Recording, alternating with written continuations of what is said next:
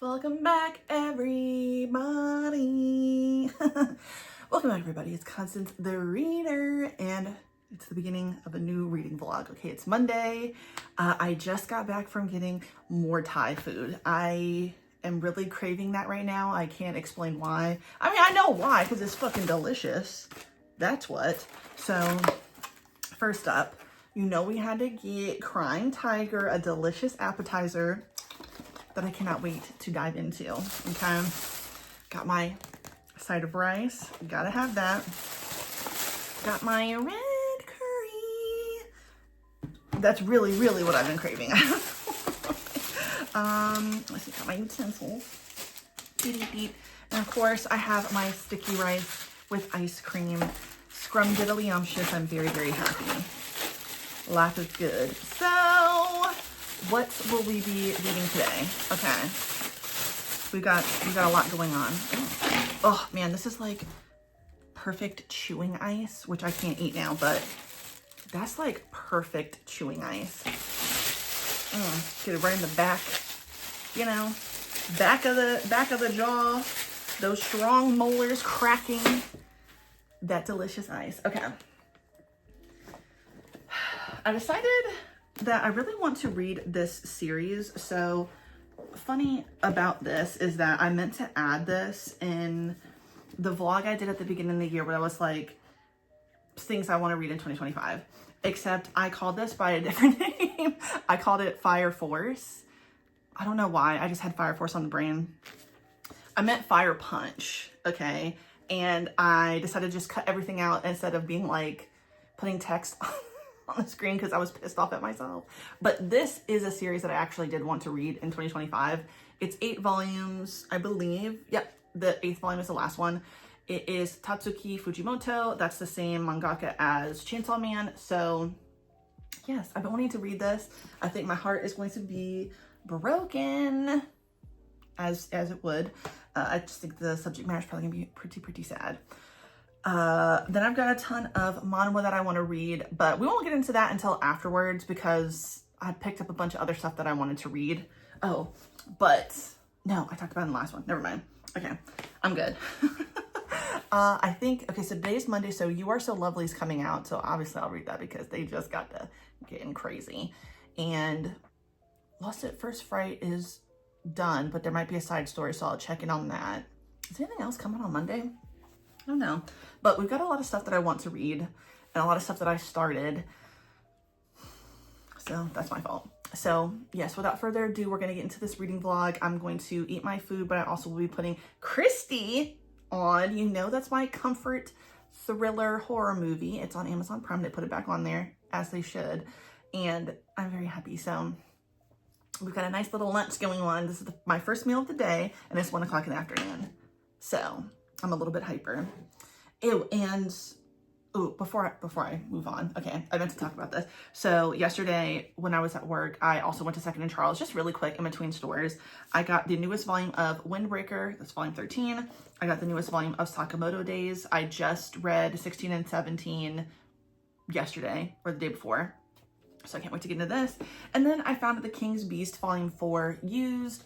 I just recently got 3, 5, and then like scattered in between there. So I just happened to see it. It was like, yeah.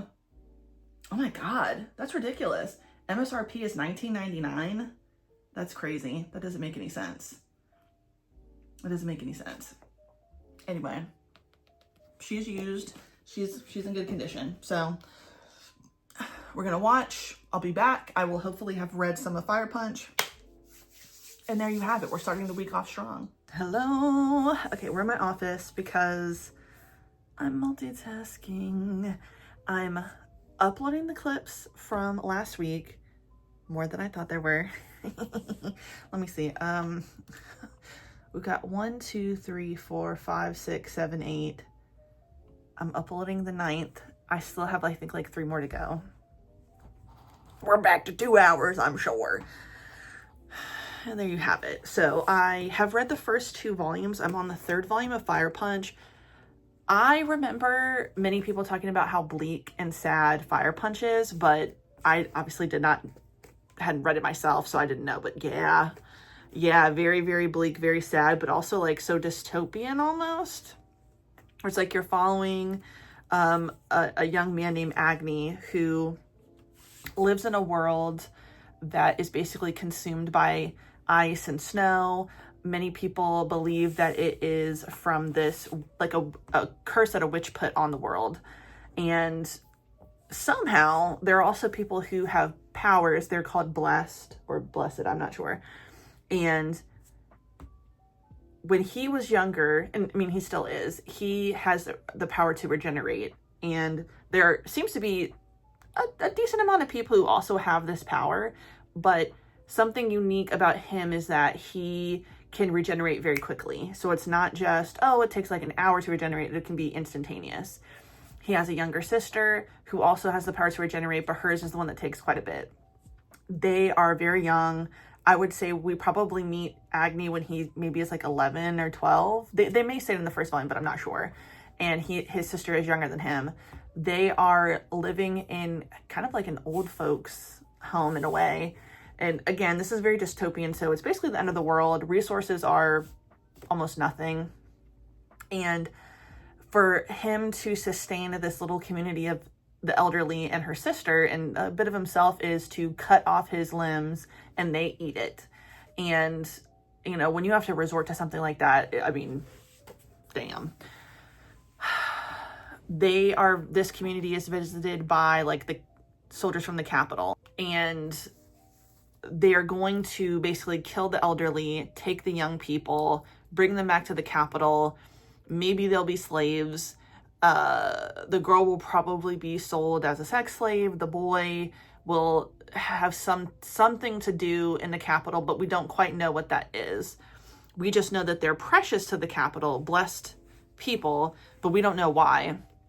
And when the guy, his name is Doma, finds out that they have basically been eating human flesh, they don't know that it is Agni.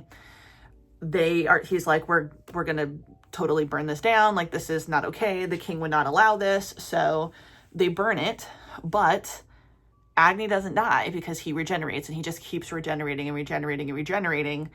And I don't know exactly when the fuel, like there's a phrase that Doma says, like, the fires will go out when the fuel is done. But I think that's because you have to die. That's when the flame will finally go away, because his power is flames. Well, it's never going to go out because he keeps regenerating. And right when Agni kind of realizes how he can kill himself, his sister, who he's obviously the most concerned about and is dead now, or is about to die, she's like, you have to live. Don't do this. You know, we have to live according to like the gods we pray to. So he decides to live, but he is basically on fire forever, and he can kind of control it. It takes him about 8 years to kind of figure out exactly how to do things. But now the thing that fuels him is the possibility and the hope that he will eventually kill Doma for what Doma has done. But obviously there's more to what's going on, right, than just Doma. Doma is just a cog in this bigger machine. And when you see how evil this kingdom is, you kind of have to destroy everything. So those are like our first main people that we're following. And as the story continues, we kind of get more and more people. Togata is somebody who has regenerative power. They have been alive for like 300 years. They've seen the beginning of what is going on. I think they were living right before the kingdom became like exactly what it was. And then as it has progressed and how much more like corrupt it has gotten, she hints at this curse being a lie and something that was man-made, which will be really, really interesting. But man, besides like everything I just said, like you would definitely all agree, like that's pretty bleak. There's so much worse even than that. So if you don't want to know, like kind of skip like a few seconds ahead. But I hope we don't see these things. We just hear about them. But like, and this is why. At the end of the world, especially as a woman, I don't want to live through that because of the things that happen when we already have like rules in society we know what is right and wrong. Most of us do. And there are people who still do the wrong thing. And those people who do the wrong thing or the cruel thing often don't get punished or receive consequences that they should because they just hurt someone. So, you know, think of a completely lawless society with no one to help you. As a woman, I obviously would not want to be alive during that time. I don't want to survive through the apocalypse personally or the end of the world. I would rather not have to deal with that. And then, of course, I would not want to have to live through the possibility of being, you know, assaulted by anyone, really. So you're dealing with those elements, right? You're dealing with men who, and you're in a society where men believe that, you know, look, as a woman, yeah, there's some like importance to you. You know, you've got to have kids so we can keep this going. Why? Why do we have to keep this going? Just wondering.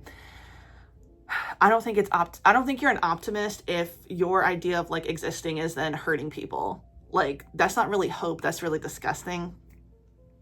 That's just me. So they're like, oh, well, yeah, no, I don't really know this. But a man, a woman, they're supposed to procreate. So as a woman, you should just take it. So we're already living in a society like that. It's even more horrifying here, right? Because of the blessings that people have, right? So we meet a guy, and this is a spoiler for what's going on. So we meet a man who takes in two young people that he thinks are both girls, but one of them is a boy. And he seems like he's really nice. He has dogs. At first I thought he was a veterinarian, but he quickly explains to the kids, like, hey, you know, we're not really supposed to have pets here because they're supposed to be for food. And I'm a pretty high-ranking person, so I get to have them. So the kids are thinking, oh, this is not going to be so bad. Maybe we won't run away. Like, we can help in some way. This guy doesn't seem so bad. Except the man literally gets kids to have sex with the dogs that he owns. Luckily, we don't see that. I'm really hoping that we see that man killed because he obviously has done this. It doesn't work with these two kids because of something that happens, but his power is to heal people. So when these two kids run away and they find out that one of them is a boy, they cut the legs off of the boy. He heals his stumps, and he has him strapped down, and now he is going to serve the empire, the kingdom, like many other blessed people who have certain abilities. And because the kid who gets his legs chopped off has the ability to like produce electricity, he's going to be with the one other person who has that power hooked up in like the basement to provide resources to people. That is so fucked up. That is so fucked up. And it makes me think about, like, you know, what would you as a person be willing to accept just to live in this hellhole, right? It's kind of like the book, is it Never Let Me Go or Never Let You Go? I can't remember, but I read it so many years ago. I'll put the picture up, where it's like these kids are basically born. Did y'all hear that? That was the refrigerator. Born and raised to basically be organ donors for rich people. And I just think that that's so sick. And I don't think that I would be okay with that. I think I would rather things just kind of happen, and it sucks because death happens and disease happens, but you don't get to use somebody that way, like a real human, you know, who loves and feels and cries and hurts and feels pain and feels all of these emotions and is like a person. You don't get to just use them that way. Kind of like Darling in the Franxx. Now, if you watch Darling in the Franxx, yeah, you see asses tooted up, okay? But there's more going on in Darling in the Franxx. I know it's a bit slow for some people, but y'all know I love Pseudo Trigger anyway, so. But yeah, this is like fucked up, because I remember seeing one image where like basically they treat these blessed people who they strap up underneath the fucking town and the kingdom they call them just basically firewood. And they are literally not seen as people. I mean, even if they are seen as people, they're still treated terribly. So, you know, does it really even matter? Like, even if you saw me as a person, you still are torturing me. But the person that I mentioned a minute ago, Tolgata, they're somebody who has regenerative power, has been alive for so many years, kind of hints at a lot of the stuff that's going on. It's basically just a lie made up to kind of keep everybody docile. Getting a little too close to home, y'all. And they are now, because they loved movies, and unfortunately their movies were destroyed. They've just kind of been existing until someone finally is like, hey, here's a video recorder. Why don't you make a movie and you be director? So now Tolgata is like, oh, I'm going to film The Fireman, Agni. Getting his revenge is going to be the best movie I've ever like seen, and I get to direct it for the first time. Like, this is my first thing. And it's just so crazy because, you know, it just is. I know, I'm sorry. But anyway, I don't have that much long until my parents come over. So I'm just trying to edit this really quickly, but I'm also, God, I don't think I mentioned this before, but I started getting into those, like, I'm not going to download Dailymotion, okay, but those Chinese drama shorts, I'm watching She Left Without a Word, the anniversary that ended everything. And it's about a man, once again, with his mistress. Once again, that bitch who, I don't know if she knows that he's married, but that's not the point, okay? It all starts with a man, as usual, sitting there, lusting after another woman, can't just accept the fact that the bitch doesn't want him, but he decides, let me get with another woman, of course. Now let me put all this on this other woman, treat her bad, even though she's holding him down, and they always do, okay, they always do. His fucking real wife, I think she just found out that she's pregnant. She is a doctor, a gynecologist, OBGYN. She is at a different hospital, and guess who walks in? Her dude and the fucking bitch that he was always pining for. Except, I don't know if that baby's his. It might not be his baby, but if it is his baby, fuck you, dude. You're a piece of shit. We don't know that yet. So, of course, she's gotta fucking perform a fucking, you know, whatever the fuck you do when you're pregnant, and you, what's that thing where you put the wand on him? What is that? Yeah, she went for that checkup, and she's asking that shit. That would piss me off. Oh my God. I'm sick. I'm sickened. Is that the one? Hold on. The problem was I was trying to find a different one. It's so frustrating because some of these actors all act in so many of them that, like, it looks like it might be the one that you wanted to see, that you saw clips on TikTok for, but then it's not. So then it's like, oh shit, now I gotta go on YouTube to find the whole fucking thing, and it's not even there. And I don't know, because this lady looks like it's her, and that guy looks like it's him, but I just think they're in a completely different Chinese drama now. I just think it's something completely different. So what am I to do? What am I to do now? That's what I want to know. Betrayed by my fiance, impulsively married his CEO brother. Like, I don't even know if that's how it's supposed to end, because I only saw 3 clips of it. Anyway, yeah, I'm watching this, and guess what? She had to get, what happens? It's Tale as Old as Time. What ends up happening? She's got to get him to sign something. He doesn't look at it because men never do. Okay, they never do in these situations. They never look at the shit they're signing. So then when I dropped off these fucking divorce papers to your ass, and you sign the shit, don't be mad at me when you finally want some, okay? And then you're gonna be mad. I watched one that was so good. It was like a woman. See, I never really get to the end of these. So I don't know how they all end, but the one I watched from beginning to end, she chucked that fucking ring, boom, right in front of his bitch face, right? I was excited. because he had time and time again disrespected her. And I tell you what, the way that in these dramas, the way the men and their families are, oh my God, make you never want to get in a relationship. Make you never want to get in a relationship, because who do you think you are? Who do you think you are to disrespect me? The mom is slapping you. The dad is slapping you. The brothers are slapping you. I watched one where it was like fucking like a fake, like adopted sister. Adopted sister, everybody treats her so nice. Then all of a sudden, the biological sister comes back. She wasn't really a biological sister. The truth was that the adopted sister was actually the biological sister, and that is good. So of course, now they're slapping their biological sister, okay? I'm talking back and front hand, all up in her face, damn near punched her in the stomach. That bitch killed the cat. She killed her cat, mind you. Okay, she killed her cat. Just getting slapped around.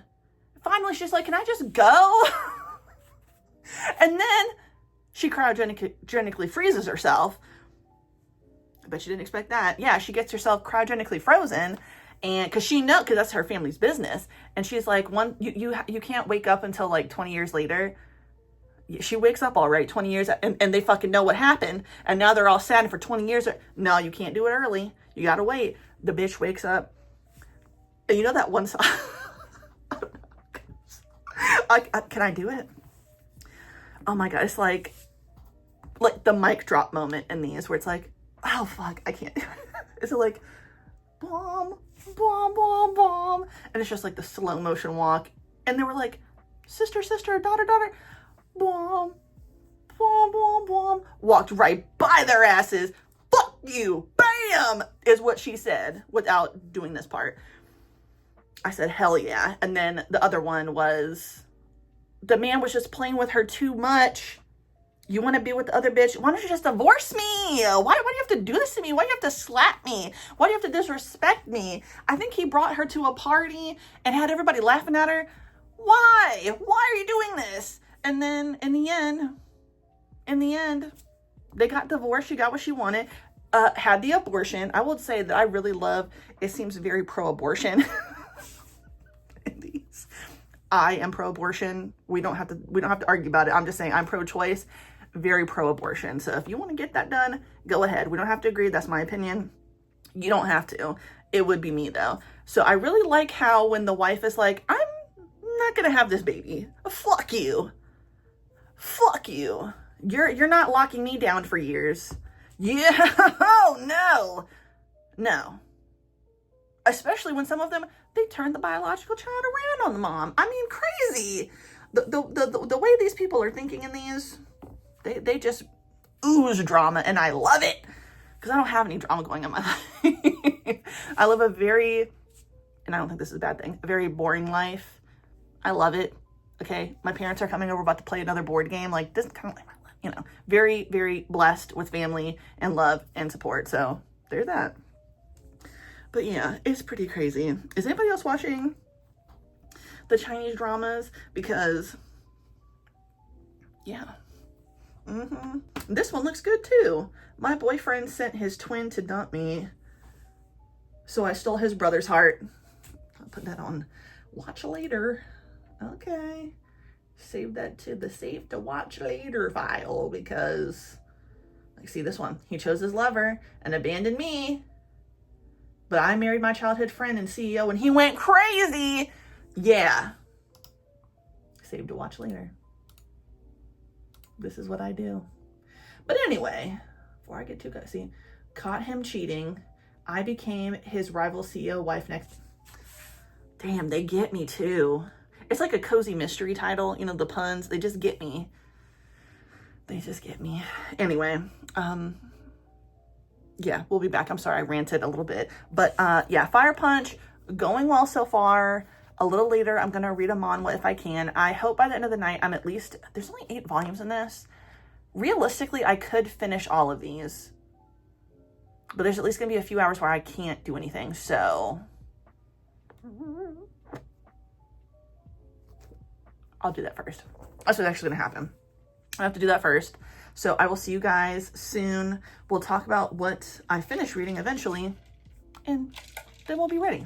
All right, welcome back, everybody. So I have finished all of Fire Punch, and I can honestly say, and I don't think that this is necessarily a bad thing, I definitely think I'm missing some stuff. And that's okay, because I found this very interesting in a bunch of different ways, and I really liked it. I don't know how I would rate this whole series, because kind of like how it is with nonfiction, like I can enjoy a nonfiction book, but the subject matter can be like really dark, and it's like, oh, well, I don't really know how to like, I learned something. It was an enjoyable read if it was a hard read, but I finished it and I liked it. So it's oftentimes really hard for me to rate nonfiction. And I feel like I'm going to have a hard time rating Fire Punch, because there's a lot of stuff that, like I said, I feel like I'm missing, but I don't hate that, but like, I can't put a number to it, but I would say that it's a high rating, because I'm left feeling sad and kind of empty, and that's not always a bad thing in my opinion. So yeah, I mean, I read somebody's thing where it was like, this is about grief and like not letting go of your past. And then then there were these parts when it came to because Fujimoto really likes movies, and for a second there, I don't remember which volume it was, maybe it was 4 or 5, I started thinking, is this about propaganda? Because a person reveals something about why he changed his ways, basically working, we'll just say he was working for the government. I think that's like a really simple way to put it without like overcomplicating it for anybody. So I wouldn't call it the government, but we'll just say that for now. You know, he's using his blessing to help the government, and he's thinking back to all of these things that he consumed as a child that made him like stronger in his belief to keep doing what he was doing, which was killing people, right? And innocent people. And then he found out that he was being shown a movie from like years and years and years ago. And that's who they were modeling like this way of life about, you know? And it's like, who is really right and who is really wrong? Is Agni or Fire Punch, is he wrong because of the people that he kills? I mean, a lot of the time he's killing people to protect himself and the people that he loves. Sometimes he kills people because someone else has, I mean, to put it simply, thrown him into a building. He is covered in fire that doesn't stop burning until it's basically ash, right? And the only reason why he is not dead is because he has the blessing or the power to regenerate. So he regenerates so fast that the fire literally can't burn him alive.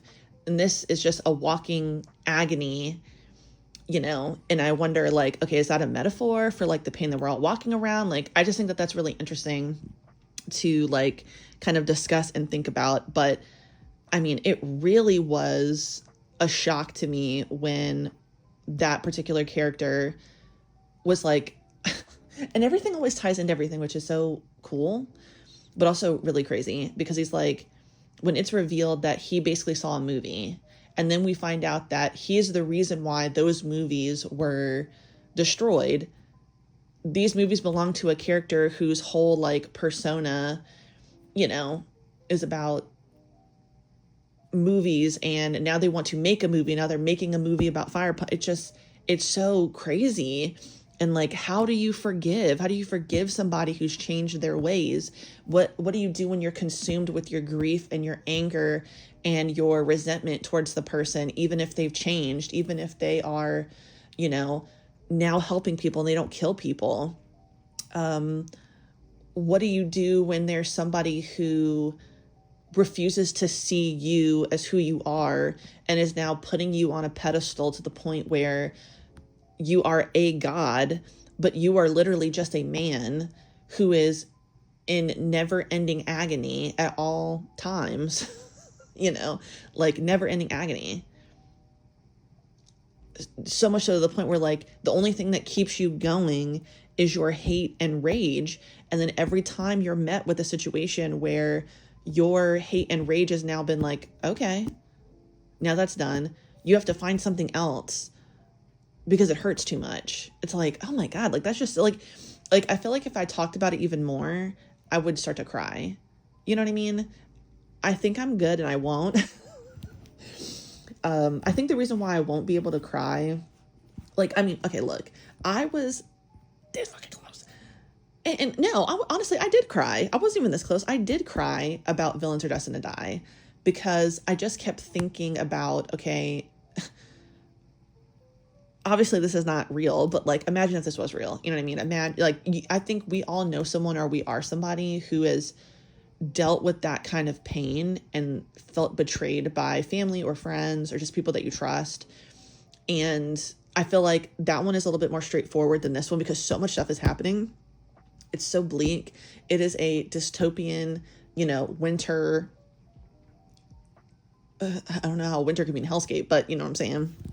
Where, people are resorting to eating human flesh because they don't have anything else to eat. There's barely any wildlife out there. There's barely any trees out there. It's just a constant ice age. It's getting worse, apparently. Also, we don't know if like, okay, did a woman who had a blessing put a curse on the earth, or is the earth just dying and this is just another ice age? It's just like so many things are going on, but also there's like there's elements of humor in here because when Togata and Agni are going back and forth, you're stupid, no, you're stupid, no, you're stupid. That was so funny. Then we're seeing like so many like other elements. You're seeing kids being born in this terrible world and people just trying to live day by day. And then there's a possibility of a solution and it is just crazy. This whole thing is just so crazy. And I felt like, and maybe I'm not missing something. I don't know, but yeah, this was so interesting and I'm glad I read it, and it makes me want to get back into Chainsaw Man because I basically read the first 11 volumes. I think the 11th one was the one where, what ends up happening with Makima and stuff. And then I didn't realize it was going to keep going. So even though I still collected some of the volumes, I didn't continue reading Chainsaw Man because I had kind of moved on from that. But it makes me kind of want to reread Chainsaw Man and continue because I don't know. But yeah, sometimes it's nice to read stuff like this because it just gets you thinking. But sometimes it's also nice to, is my iPad dead? My iPad is dead. It is dead. I definitely can turn it off. Let's plug it in, y'all. Damn, I forgot what I read. Well, what I was going to say was sometimes it's nice to read something that you don't have to think too much about. Wait, is it dead?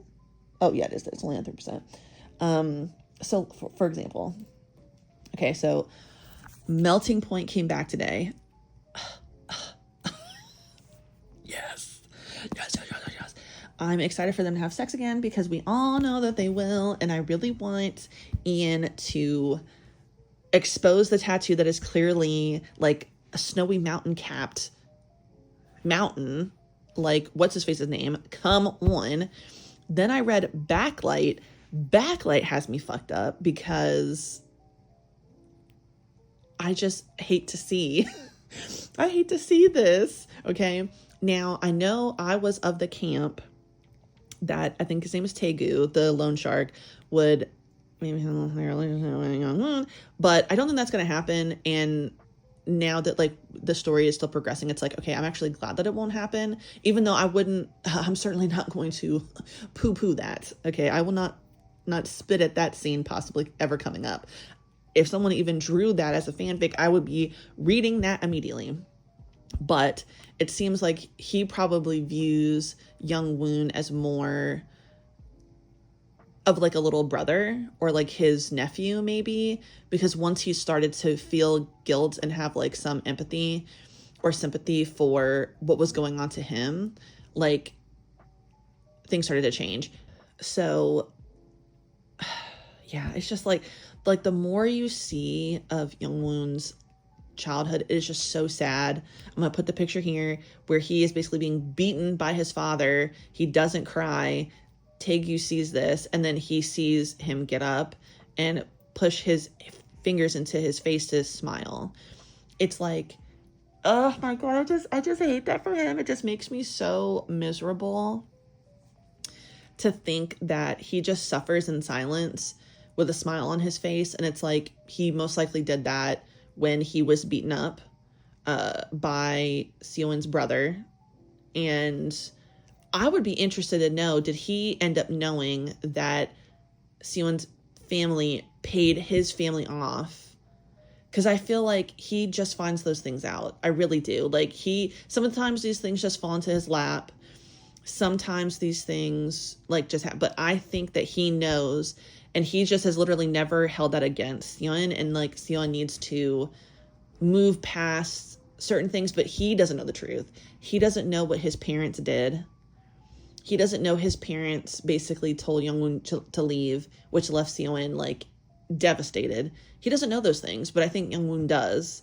And that's why now that he is back in his life, he's not just going to, easily, let go of that. I think unless he's pushed to the brink, which somehow, some way, we're about to see him shoeless, walking in the rain with bruises all over his face. Who knows what's going to happen there?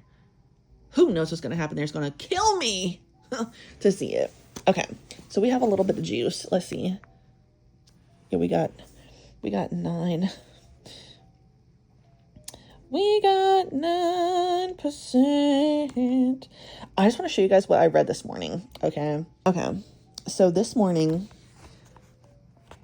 and I'm so glad that this comes out today. Okay, you can't see anything.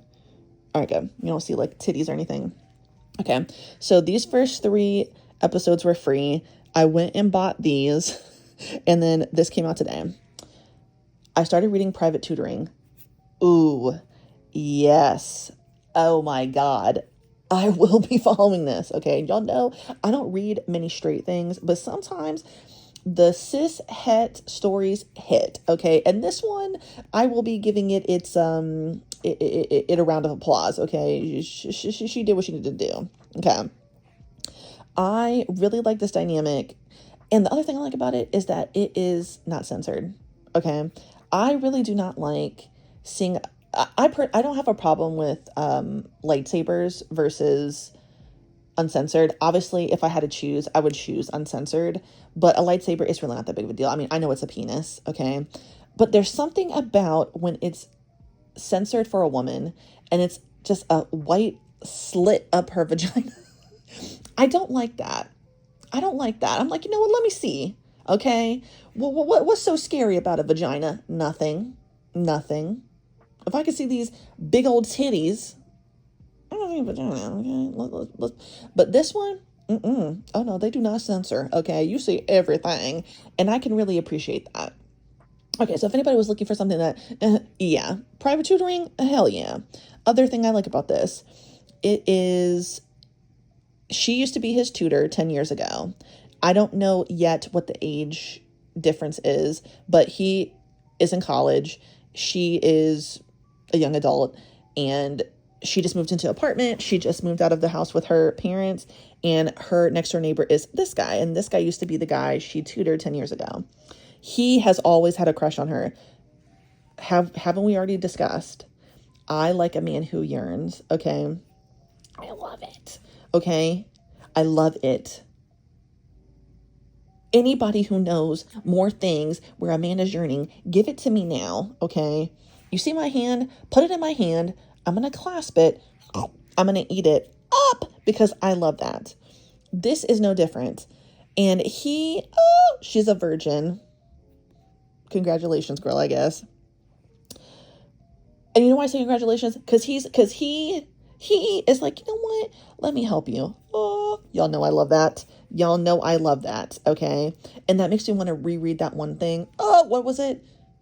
something cute. I'm just so, oh my God. I'm going to reread that after this. I'm sorry. I can't help myself because that one was so good. I love that one. But yeah, she's a virgin, barely even touched on herself. Okay. Bless her soul. And her friend gives her a housewarming gift, and it's a vibrator. It's a good one too. She spent a lot of money on her friend, and that's a good friend. And when they're together, it accidentally falls out of the box, and she was literally just telling him like about she didn't know what was in the package. It was just like a box and a bag. And she was saying that her friend had told her, "Oh, you should really use this with someone you're seeing." And she was literally saying that. He accidentally knocks it off. They say it's a vibrator. And he's like, "Oh, well, I'm a man and I'm a friend and I'm here. How about I show you how to use it?" Oh my God. Oh my God. And he certainly does. Oh my God. And I love that. I love that for them. So yes, I will be buying that. Because it was so good. Oh yeah. And what else? Love at First Fright. This also had a new side story. That was very good. Oh my God. My bad. There's penis. I forgot about the penis. Let's go ahead. Don't you know it? So we're just going to move on from that because I did not mean to show you guys a wiener. But, and that's the other thing about, Love at First Fright. They also are uncensored. Even though the wiener sometimes looks weird. That's fine. Everybody has, veiny hands, which I personally don't really like, but in this, yeah, I get into a veiny hand in one of these. But besides that, it's getting kind of late. It's 8:58. It's 9 o'clock. I'm going to be watching a movie and we're going to wrap it up. Now, I will be reading. I don't know if I'll get back to you guys, but I'm going to hold off on reading any like manga. I do plan on tackling that tomorrow if I have time. And then we'll see what else. But I have a piece of cake waiting for me over there by the table. I will be eating that cake and then just like sinking into my bed and just floating off into space. Okay, this is often what I feel. It's just like I'm on a wave. This is how it feels when I've taken an edible. I just feel like I'm on a waterbed. And those were awesome when we were younger. I feel sorry for the Gen Zs. Y'all don't know nothing about the waterbed, okay? Someone needs to bring them back so the young people, or whoever's younger than Gen Z, I don't know what those kids are called, but they need to experience a waterbed because that was fun. But yes, I'm gonna wrap it up, and I will see you guys tomorrow. Okay, everybody. It is Wednesday. Please don't fucking hate me. Please don't hate me. But I pulled a bunch of other stuff that I want to read. So I want to read this robot smut so fucking bad. I will be reading this. I want to read Girl Crush. I don't know why, but I decided maybe I should just read the first 3 volumes of Insomniacs After School. You know, let's add Hell is Dark with No Flowers. I haven't read volume 2 of Palace of the Omega. Let's get that out. Haven't read, I literally just bought Loverboy. Why don't we just bring that out too? Never got to volume 3 of Checkmate. Let's do it. And of course, volumes 8 and 9 of 7th Prince. Hey. So yeah, I'm not saying that all of this is going to get read. I'm just saying all of these things are what I'm interested in reading right this second. Oh, lest I forget, the fact that I took out all of Sayonara Game, Change World, Love Nest, like what I have of Love Nest and Love Nest second, because I think there's a second volume to Love Nest second, because Bizarre, thank you, lovingly explained like the order and how to read this. So as soon as I got sent that, I was like, you know what? Why did I just pull that? And there's like 3 new manhwa that I want to read. It's only one day. And yes, I do plan on reading all of this if I can help it. I've got some type of, what movie is this? I don't know. initiation. I love a good sorority killer, frat killer, thing. So we will be watching this in the background. We got a nice little day ahead of us. So we'll be back. I will talk to you guys about everything. Yay me. Okay, so a little bit of a change of pace. I made the executive decision to finally finish this light novel. I feel like I have been carrying it around for like 3 months and had less than 100 pages left, by the way. And just never, kept taking it in my bedroom. I fell asleep before I could read it, bringing it along, to work. But then I would read manhwa on my phone, or I would read manga. If I even did that, sometimes I would just scroll TikTok. And then while I was sitting here, I wasn't picking it up. So I finally decided, let's crack her open.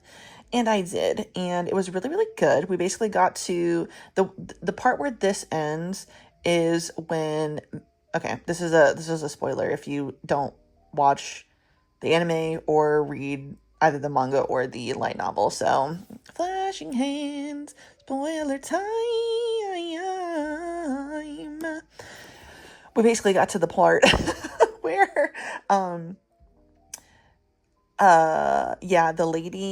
the lady in waiting of Consort Aduo, she had to kill herself, and because of what she was doing to Li Shu, right?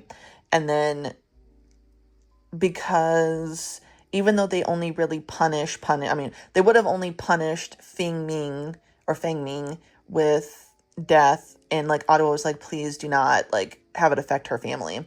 So it affects her family and the people who dealt with her family, but not in the way that it would have had Aduo not said anything. So basically everybody would have been killed, and instead most people were just fired if they were working in the rear palace. I'm not sure what I think the family's assets were taken by the crown. That's pretty crazy. Okay, when I think about, I don't really know many people in my family. Okay, I'm not really cool with my cousins on either side. That's not a bad thing. It's just I never really had the opportunity to grow up with them, so they kind of just feel more like strangers than my sister's my best friend. It would have been cool maybe to have a friendship with a cousin, but I love them from afar. Especially my cousins on my dad's side. I love both sets of cousins. They're nice. Anyway, I'm sorry. You know how I get when I just get to going on a journey with my stories.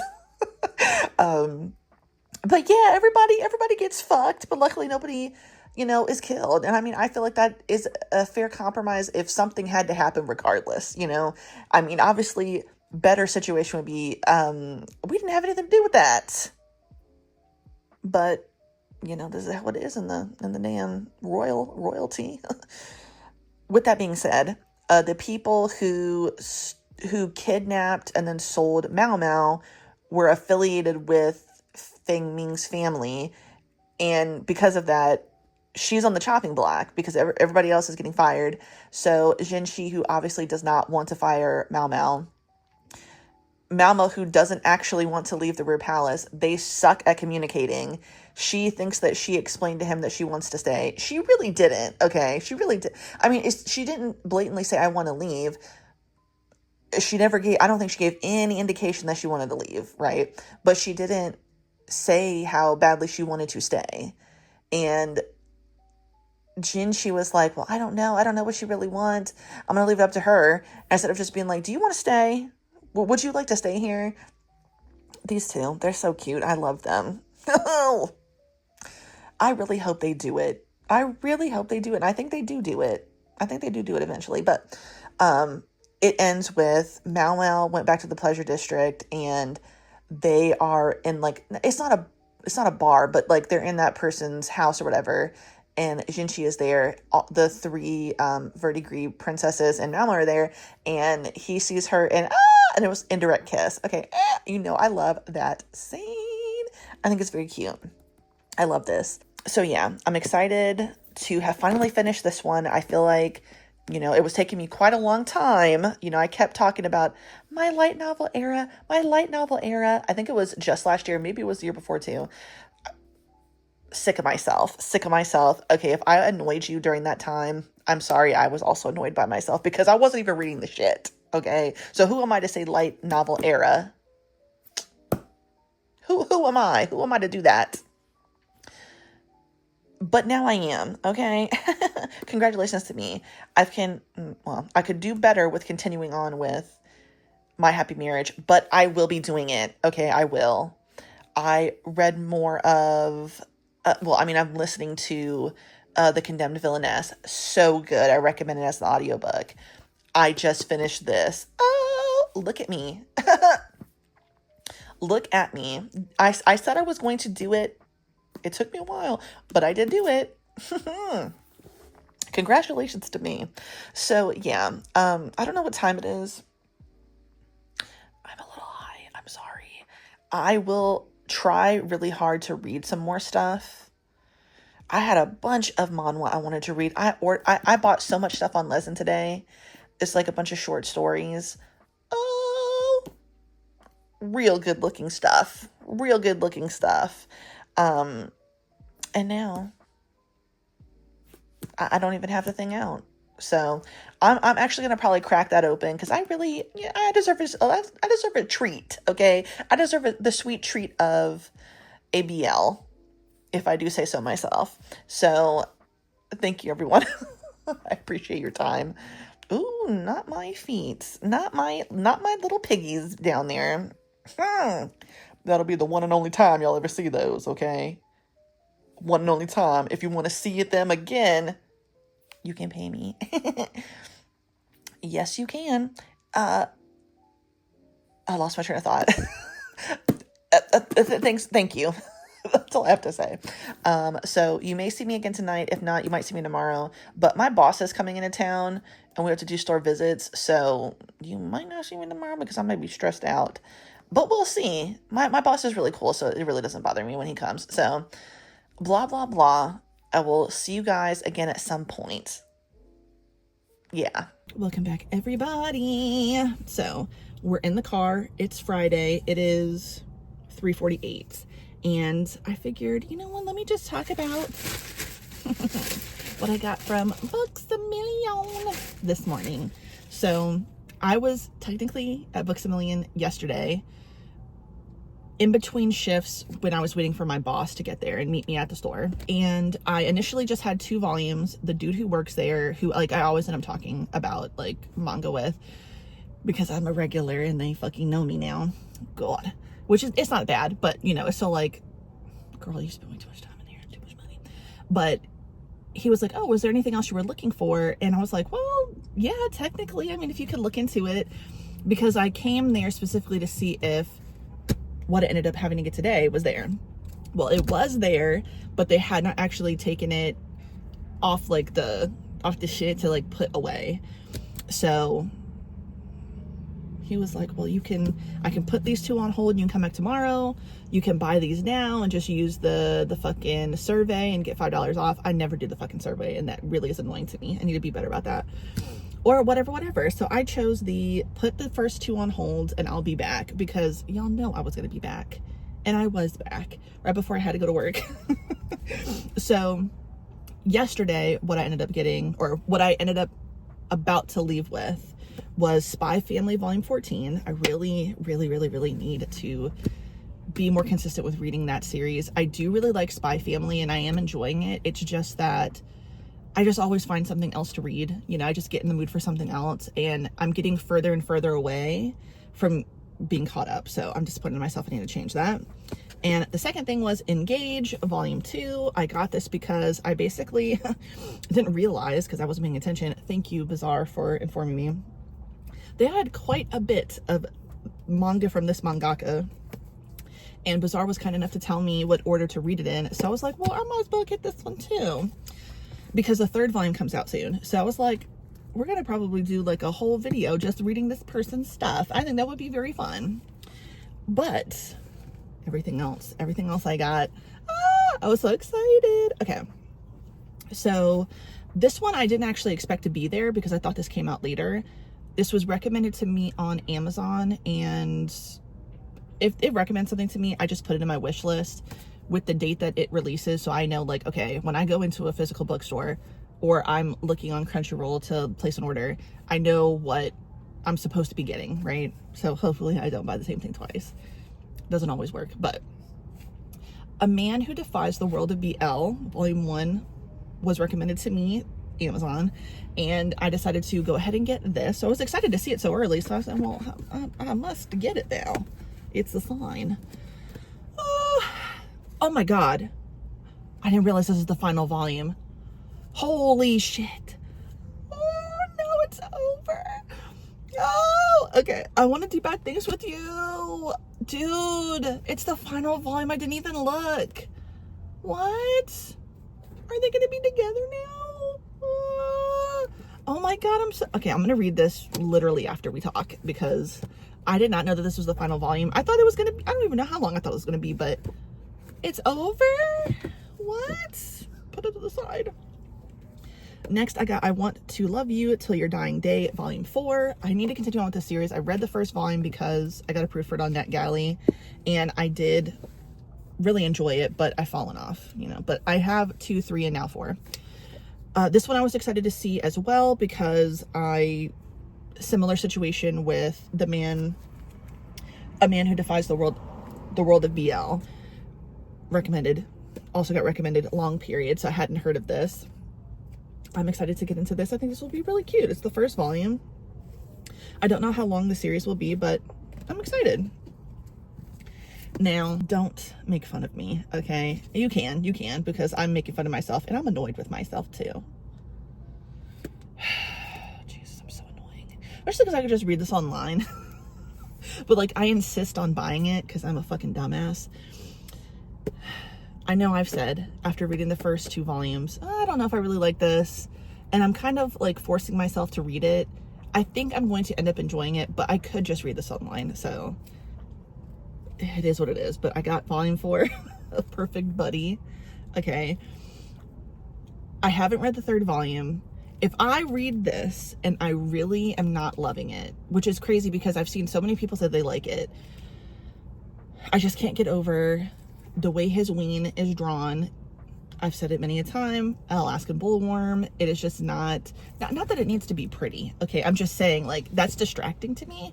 And then I feel like I work at the fucking office with these people. Okay, I learned way too much about what's going on in the office day to day. You might as well make me the fucking manager of Project Team A or whatever the fuck.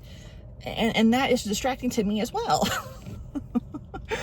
But and the other thing that really pisses me off is I still don't know what is the incident. What is this incident that keeps being referenced that everybody fucking knows about except for me, the reader? I wish I wouldn't fucking know what the incident is because I'm so tired of hearing about it and never knowing. But with that being said, yes, I got the 4th volume. Yes, I will be reading Perfect Buddy. But I need to be real with myself. If after this, I don't hate it, but I don't love it. Because I don't hate this. But if I really don't love it, I need to just finish reading it online. Because it's webtoon. It's probably all on TappyToon or Manta or something. And that's what I need to do. I need to do that for myself and not fucking piss myself off anymore. But this was the biggest reason. I was like, oh, I'm coming back. And I'm going to leave with everything I want. It's because what I really, really wanted was this. I wanted this so much. I brought the first volume with me to work so I could reread Volume 1 to get me ready for this one. This big, thick, beautiful volume of Fake Fact Lips Break. Look at that. Look at that thick, okay? That's thick. So, and it's wrapped in plastic, y'all. So let's do a little look through. Because y'all know I loved the first volume of this. It was so good. Okay, let's seal it in pretty tight. Lord, I don't have a knife in my car. Maybe I should get one. Let's see what's going on. Because when I took the first volume out, yeah. Okay, girl. Okay.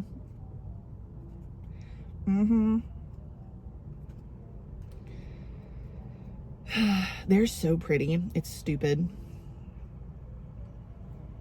I love when a character puts on glasses and they're like the hottest fucking person. They were already hot and then they put glasses on. Lord. And see, they don't have lightsabers in here. This is like a nicely drawn ween, if you ask me. A nicely drawn ween. We get down into it right off the get-go. Oh, exactly what I like to see. I'm so excited. Oh, they're so pretty. I can't get over this. So, we're definitely gonna be reading this while I'm sitting in the car before I have to go into work. I'm definitely gonna be reading this after I reread the first volume, and then I'm gonna put these to the side. I wonder, do y'all want to see what I brought with me? I haven't really shown y'all what's in my bag video in a long time. So, this is the book, I almost said Books a Million, Book of the Month tote that I got like, I don't know, 2 years ago. Okay. It's very full. So I obviously brought my iPad with me if I decide that I want to read manhwa. And if I do decide that I want to read manhwa, I do the right thing and read it on my iPad and not my phone. Because I don't know what it is about me with my phone, but I keep the phone up to my face in an annoying way. Like, Devin made fun of me yesterday because that shit was like this close, bitch. What the fuck? I don't know why it was that close to me, but I just do that. In here is my Kindle. I decided to get a fucking thing for it. Not that I ever have scratched my Kindle, but when I was traveling a lot, that's why I bought this, because trying to go in and out of the bag that I bring with me, it's not the best. So yeah, but let's get into every fucking thing that you around me. So I brought volume 2 of Palace of the Omega. I brought 10, 11, 12, and 13 of Kaiju number 8. I really, really, really need to get to this because I'm really far behind, and I want to rewatch the first season again, which I don't need to do that before I read this. I can have both. Both things can be done, but still. I also brought Girl Crush Volume 1, just because somebody did a wrap up where they read that, and I was like, ooh, I have that. Let me read it. You see my problem? And then I brought 7th Prince Volume 9. I just read Volume 8 the other day and it was really good. I really like where the story is going. Yeah, no, it's really just that simple. I really like it. 7th Prince is very, very good. And I also brought Black Blood because, as you said, I want to see some robotic sex. I've never seen that before, but I'd love to see it. And of course, like I said, Fake Fact Lips Volume 1. Obviously, I had to bring it. You know what? Because I kind of forgot what this was about. I just remember liking it. But the thing is, you know, this is not the same. But when you read, like, when you read a lot of the same thing, like, of any genre, some things are going to get blurred. And then I have to remind myself, like, I don't know how many things I'm reading a week, but I'm reading so much stuff a week that it's hard to keep track of everything. So for a second, I was kind of getting this confused with Ask and You Will Receive, but I think this is the one where, yeah, they're rivals, which, I mean, how many office romance BLs? I would lose track of fingers and toes, I feel like, of them having an issue with each other and then them falling into bed with each other. That's really cute. But they blur, and there's always a blonde and there's always a brunette. I'm so sorry. Excuse me. But yeah, so that's what I brought with me. I've already gone, I got my lunch. I got a delicious sushi roll from Publix, accompanying it with to drink, to wash it down with. I got my Red Bull sugar-free.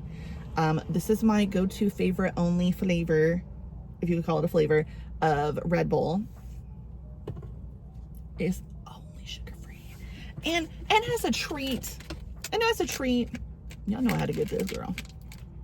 The king-size big cup, Reese's cup. I feel as though this is really the only one, like if I had to rank the Reese's cup situation, obviously this one's gonna come above regular Reese's. because it's got more peanut butter in it. And I like that. I want more peanut butter with my chocolate than I want chocolate with my peanut butter. Does that make sense? And I feel like when you don't get the big cup, it seems as though you're getting more chocolate with your peanut butter. If you agree with me, let's talk about that in the comments. Put it down in the comments. Tell me if you agree with me that, what do you prefer? Do you like peanut butter with your chocolate or chocolate with your peanut butter? The real people who know, y'all know what I'm talking about. But yeah, we're going to get into this. We're going to get into this a little bit later. But yeah, before it's 4:02 now. So it's about time for me to wrap it up. I got to get this Red Bull drink and then get my ass back into work. And we'll go over stuff when I get home. Because if I'm good, I will have read shit. Problem is, like, a lot of the time, this is like normally what I would bring with me. And I end up getting distracted on my phone. I can't stand myself. But I will see you guys again. We got more stuff to talk about. I'm also in the middle of reading the book for my book club with my mom, my sister, my cousin. I did kind of put off reading last month's book till the week. So I'm listening to the other half. I don't know who the author is by. I'll put the picture up, but it was my sister's choice. So far, it's not so bad. I don't know that I really enjoy the narrators that much, and I am kind of lost. I think I know what's going on, though. I really do. I think I've cracked the code. I think I've cracked the mystery, and I know who is guilty.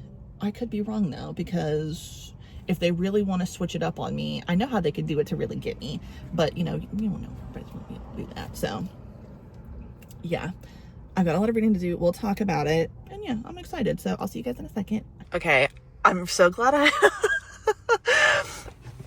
I'm so glad that I brought this one because I did forget. And the thing is, I remember liking this one so much because it starts with them being competitive, which is, pretty common in these. And the root of it was they were with each other in high school and they were always competitive, but then there was this one competition that they tried to do and it was who could come first, so they're gorking it in front of each other. Girl, how did I forget that? Oh my god, like that's what had me really excited. So yeah, I just got to the gorking it part. I want to know, does that happen a lot? Do people just let's just fucking gork it in front of each other? I've never ever once talked about that with my friends personally, but I don't know, does that happen? Does a lot? Does anybody just let's just do it in front of each other? That's crazy to me. I can't imagine that. I cannot imagine doing that. I really can't. Not with my friends and not as me. I definitely wouldn't be able to do that, but if somebody told me that that's what happened between that, oh girl, I would be like, okay, tell me more, and I want to see who you were gorking it with too. But yeah, totally forgot about the double gork situation going on here. So I'm very happy to read this again because that is actually pretty hot. So you know what? Yeah. Yeah. I'll get back to you guys in a second. Okay, you tell me that's not a hot scenario. Okay, I do like this little trope. I think somebody called it a micro trope. I don't know the right terminology, but this, don't fall in love with me. No, you can't fall in love with me. And then we both fall in love with each other, girl. I love that. So whatever that's called, I'm eating it up. Y'all already know. Put it on the platter. Give me some utensils. I'm going in. I'm going to eat. And, yeah. Again, devouring this. Loving this a second time around because I forgot. And this is why sometimes you have to reread stuff, okay? Because if you read a lot, it only makes sense that you would kind of forget certain details, especially when you read a lot of things that have a very similar, plot. Because again, this is not the first time I've read office rivals to lovers to relationship.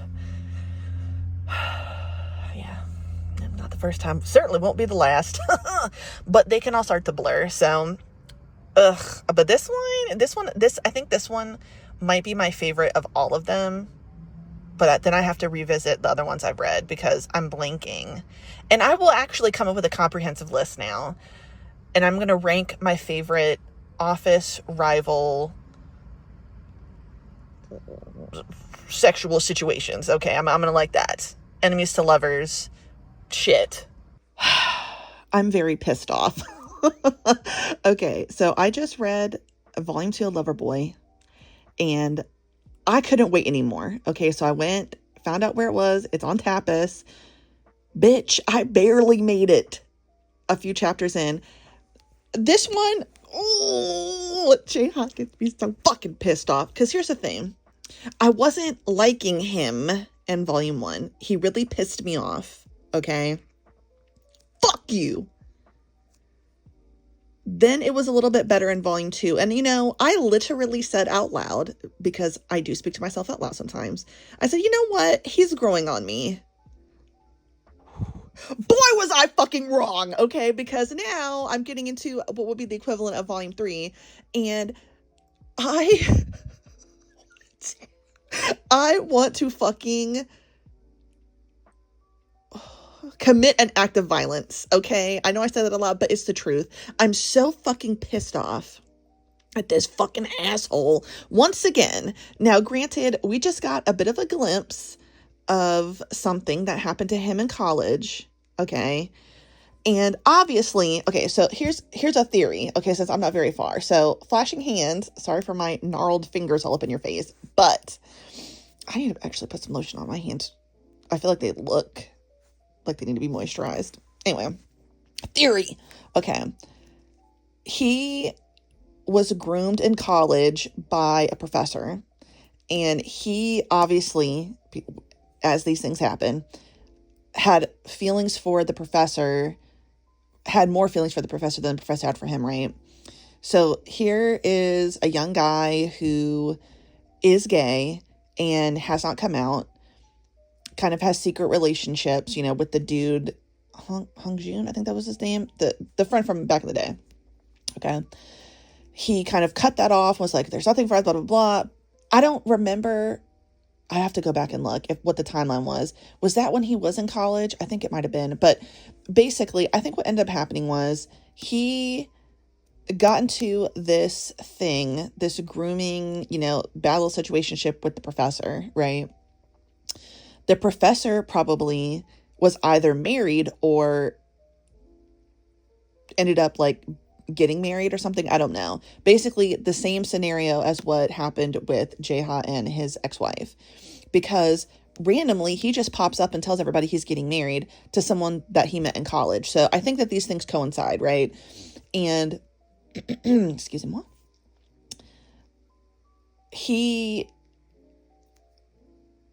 probably married the woman possibly based off what that professor said. Like, you know, do you really think, you know, something to the effect of like, what we're doing is fun, but like, this isn't what adults do or something, you know what I'm saying? Because he always makes a point. Granted, he is older than Unyo, but at the same time, it's just like, there's something about how he says it that I don't like. It doesn't sit right with me.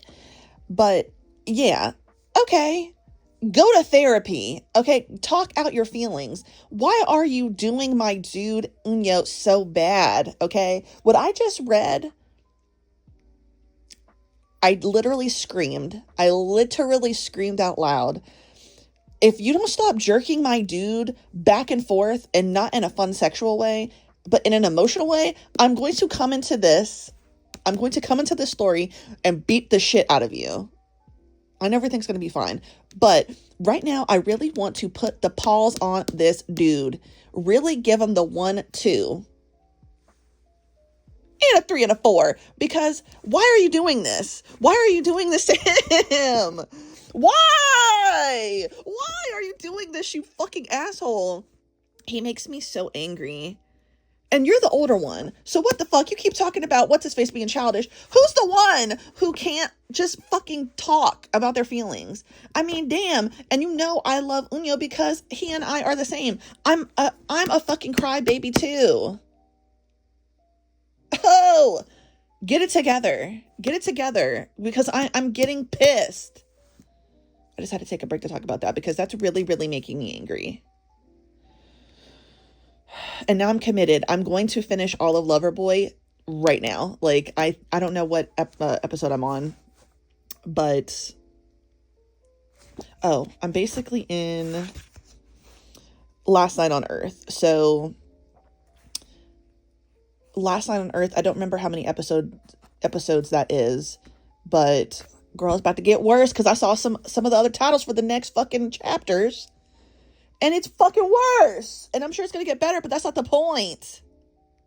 Why are you doing this, you fuck? Anyway, we'll be back.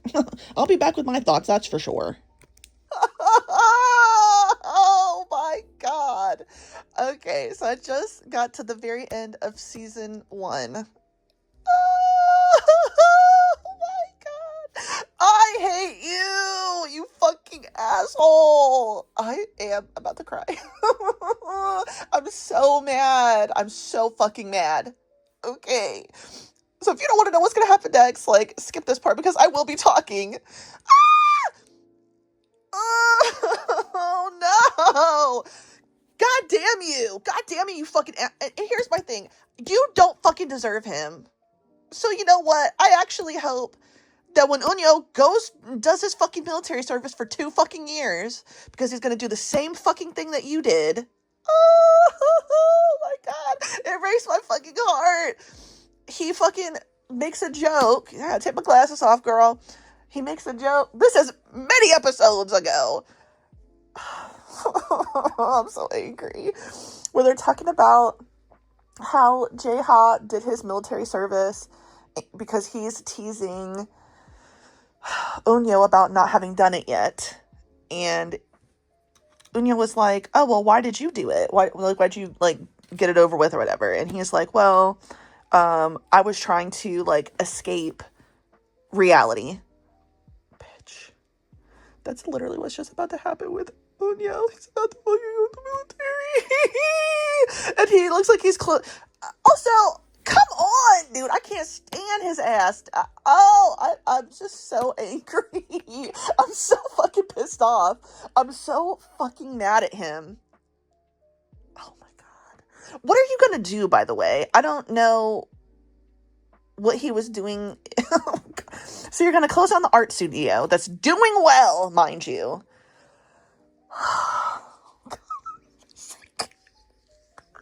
I'm so mad. I should probably stop. I'm just gonna read. Because if I keep talking about it, I'm just gonna feel like I'm gonna vomit. Like, I feel like I'm going to throw up. And I don't even throw up like that, y'all. Like, I don't even get sick like that. These things are stressing me the fuck out. These are stressing me out. I'm sorry, I'm yelling. I know I'm yelling at y'all. I'm sorry. Don't drop my glasses. I'm so pissed. I'm so pissed. I'm just so mad at him. And this is one of the few times, because I don't really have that many times, as you know. I'm always one who's like, I wouldn't mind if they explored something else in the meantime, until this fucking piece of shit or other piece of shits in these things I read get it together. But this is one of the few times I'm also like, I actually hope they go their separate ways. I really do. You know, I remember the way I felt at the end of Dangerous Convenience Store. Oh God, when it was like, what, 3 years? It was longer than that. It was like a long time had passed. And then what's his face had just like moved on trying, but he wasn't really seeing anybody. And he's just trying to live his life. And then what's his face shows up. And everything's fine. And they like communicate. But I don't know if I want that for you. I don't think you deserve that. Okay? Because at least in Dangerous Convenience Store, there was a reason why he felt like he had to kind of like push him away based on the job that he had, the way he was trying to get out of it, right? And he was like, you know what? I feel like I'm going to put him in too much danger, and I just want him to be happy and safe. And he was never with anybody else. And then they were united. He was kissing on what's-his-face again after he made the fucking promise. And this isn't in what I just read. This is in this one. what was it, this one? It doesn't matter. He fucking promised Unyo he would not fucking do anything. And sure, I'm sure he meant like sex, but he also was like not to kiss on the dude. So you already fucking broke a promise. And you now broke another promise. You've hurt my dude. Fuck you. Fuck you. Oh, like I almost want him to be alone forever. Because you suck. You suck, bitch. And I don't even care. I don't care about the background, actually. You know what? I was starting to feel a little sorry for him. No. I've taken that back, okay? I don't care. Fuck you. I don't care what the circumstances were for you acting like this. You're an adult now. Stop fucking treating Unyo like shit over and over and over again. And every other fucking person you've been with that you just keep fucking playing games with, dude. What's your fucking problem? Go get some real help. I can't stand people like this, okay? Oh, I could never be friends with someone like this. I would hate it. And they would hate me because I would tell them about themselves on a daily basis if they were doing some shit that really pissed me off, okay? And this, if I heard about the way you're treating Unyo and he's my friend, oh, I'm going in on you, okay? I'm really going to tell you about yourself, and we probably will not be friends anymore because fuck you. I'm losing my voice. That's how pissed off I am. Okay. No more talking. I'm going to fucking read it. Okay, the next time you see me, it better be when the shit is over. If it's not, I'm sorry. I'm going to try to stay strong. I'm going to read the whole fucking thing. I'm almost done, I think. I don't remember how many episodes it is, but I think there's like, it doesn't matter. Oh, he's about to go to the military. I really do hope he does, though. I hope he goes away because that's 2 years that he can't see him. But who's going to be pining for who, bitch? They'll both be pining for each other. But you're the one who's going to be sick because you don't allow yourself to be happy. You don't allow yourself to do anything. You're miserable. And I also don't like that either. Like, I would not want to be cool with you. Oh my God. Just shut the fuck up. Oh my God. Why would you close the fucking studio, you bitch? I can't stand his ass. All right. The next time we talk, it will be when everything is over. When I get to the end of the epilogue, that's when we will be talking. I promise. Hello. All right. So I finished all of Loverboy. I did it. I was tempted many times to come back and talk about it because I was getting very stressed out. Okay. This pissed me off and I had a lot of commentary. I don't know if anybody realizes this, but like if the commentary I'm giving when I have the camera on is the commentary I give when there is no camera. Like I actively talk to myself when I'm alone.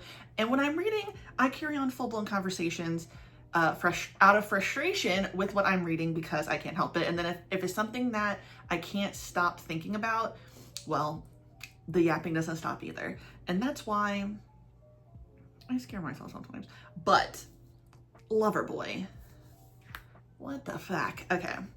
Overall, this series, how would I rate Loverboy? I don't even know because it really made me angry. There was a few times I was so angry I felt like I was gonna cry. And Zach,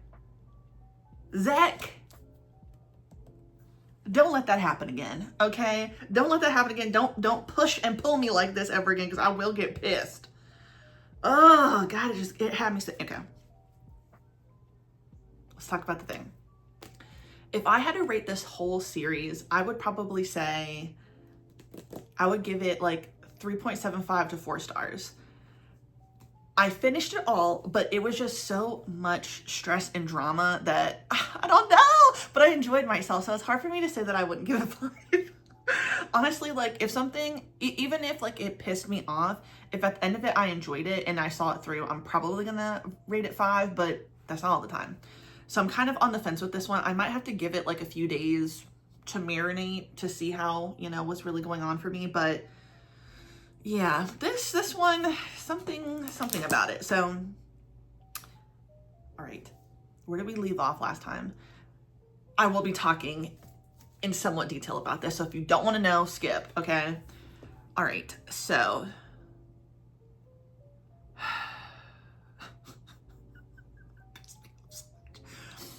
okay, so could we say a lot of the trauma stems from the father when it comes to Jae-ha? Probably, because the dad was a fucking bitch too, all right?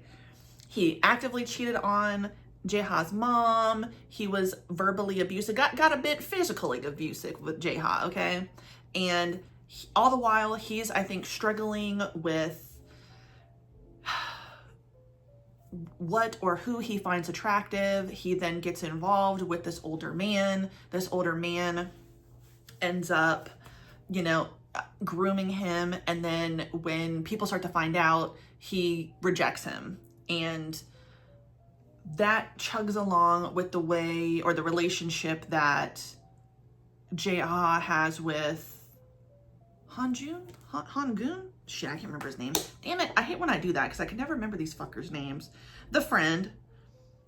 Also, there were a few, so like there were 2 side stories for this, okay? And they were in color. I gotta go look back at the first cover of this. This whole time I thought Unya was a blonde. He does not look like he's a brunette. I'm sorry, he doesn't. I'm gonna insert pictures, okay? I'm sorry, but you see this guy? That is a blonde man, right? And I know they both have brown hair in the colored panels, but I don't know. I just did not like that. Now sit right with me because he just seemed blonde, but regardless. So when he gets involved with this friends with benefits thing with Hanjun, pretty sure that's his name. If it's not, I'm going to put it somewhere. When he gets involved with him, it's like he's trying to put a wall up between him and everything that's going on. I still am not understanding what exactly was the event, because it seems like it was even earlier than the teacher thing that Jae-ha just acts like this. Is like very cold and standoffish and wants to put up a wall. Maybe it was just kind of building and then the thing with the teacher made it worse, but you know, he carries on this relationship with the other guy, with the friend. Then when the other guy is like, you know, what are we? Like, can we be something more? He's like, what? We were just fucking on each other. That's it. Just for him to end up with the ex-wife, Hyunsoon? I think that's how you say her name.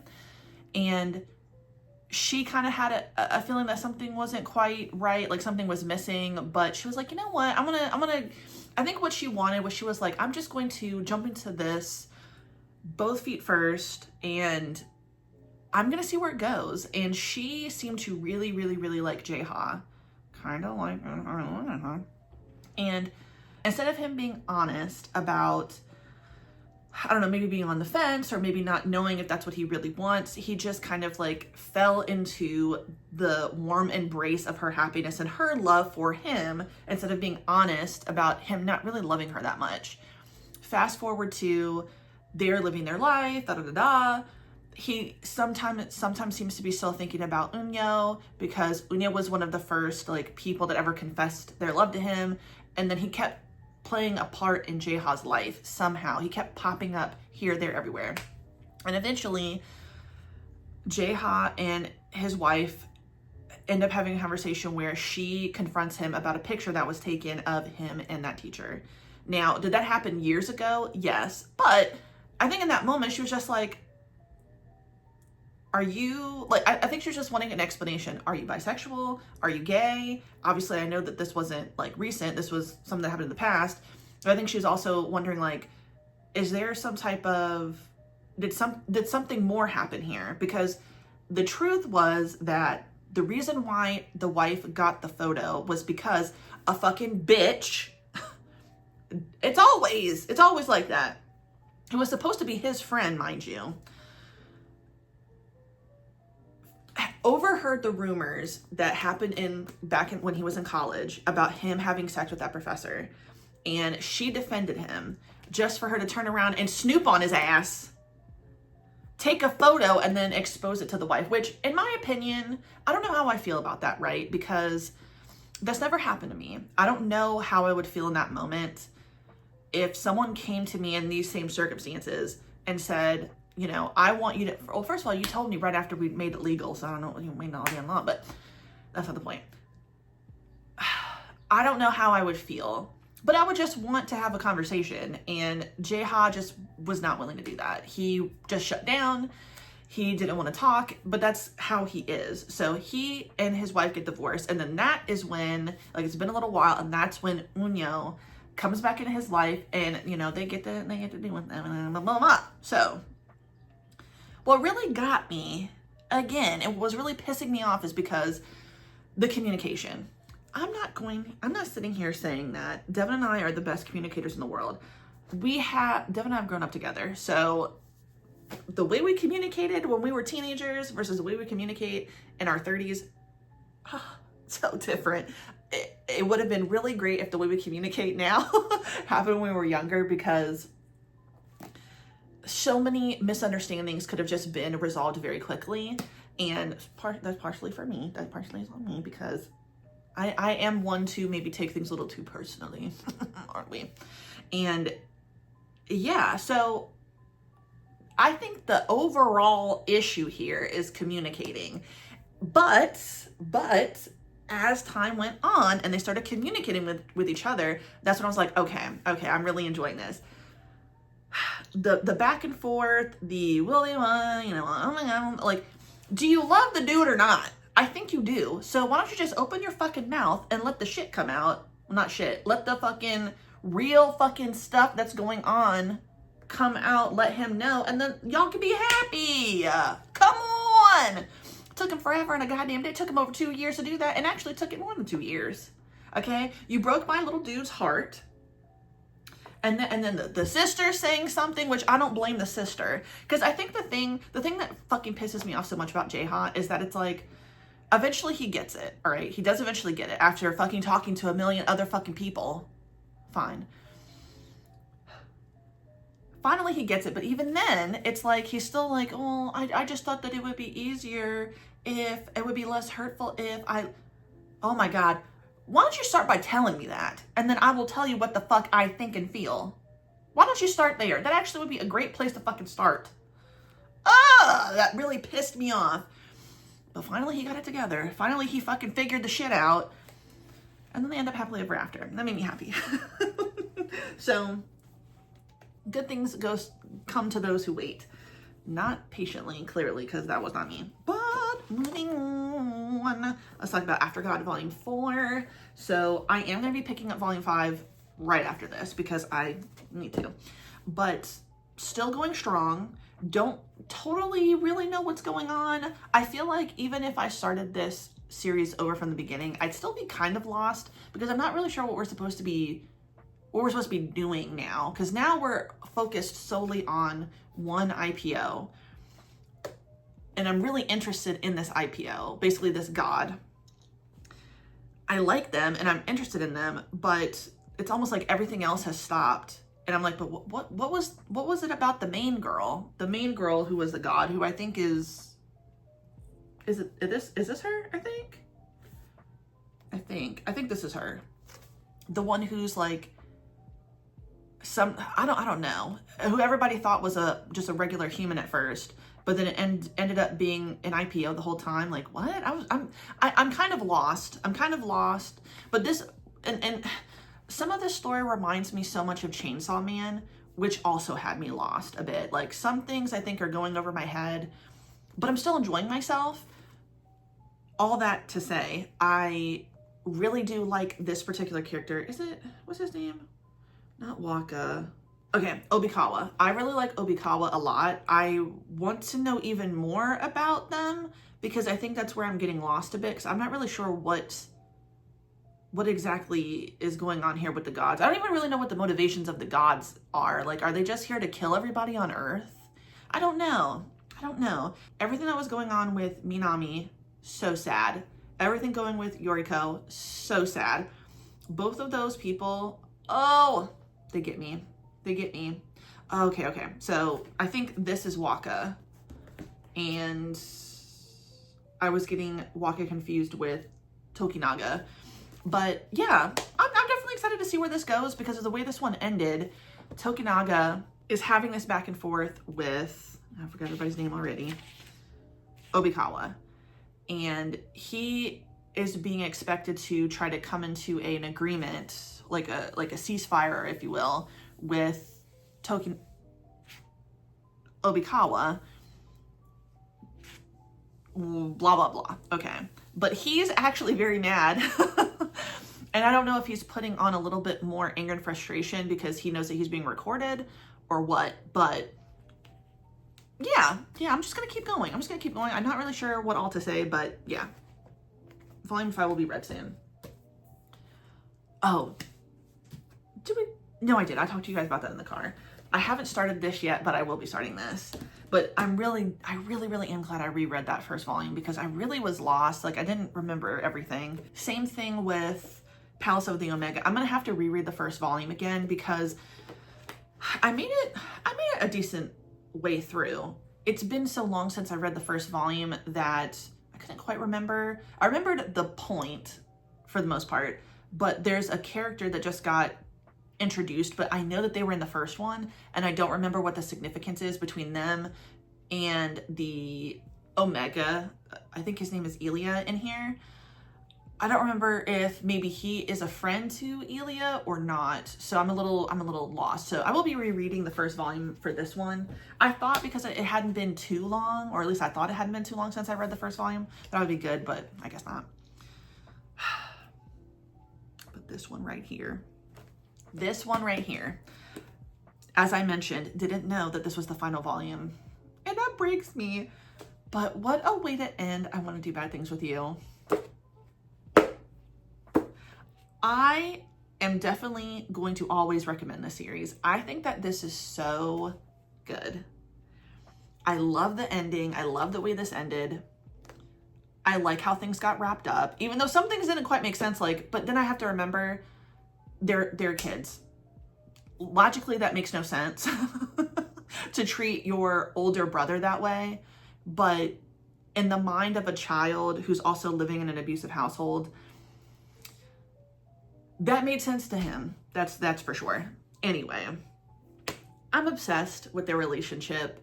I hope that they end up, if this were real people, I would hope that they would stay married for forever, and I don't know, they would just be so fucking happy. It would make me so happy if these two, if this world were to continue, that we could see them as adults living together, being happy and exploring, and I just want that for them because I just think that they're so lovely. They're so lovely. With this, we got a bit of a background on Soshi, which was nice, but I think it was more so a background on Koichi.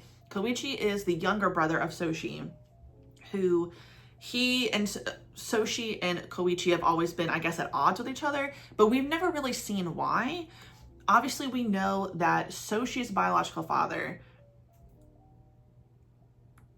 disinherited, I guess you could say that, disinherited Soshi and made Koichi his heir to his, whatever the fuck he does, that's a job. And that changed the dynamic between Soshi and Koichi. But we don't ever actually see why it broke down and if they were even close. So the background is that they were close when they were kids. Soshi is the biological son to the dad, but Koichi is the son of, like, I think that it was the mistress. So they're not related, okay? I don't really like that. I don't really like the way you do that, but who am I? It's not my family. The mom of Koichi seems like a terrible person, in my opinion. I don't know that I didn't really get a sense that she loved her son.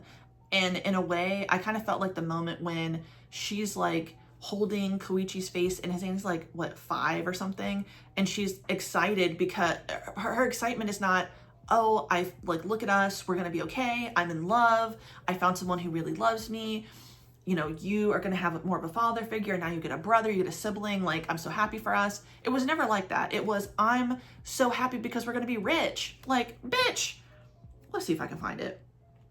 So I didn't really get the sense that she loves her son, and I wonder if the truth is that moment of her being like that was more along the lines of like, I'm glad I found someone despite the fact that you're here. Yeah, okay, so right here she says, now I'm set for life. I don't get the impression that she even loves her son, to be honest with you.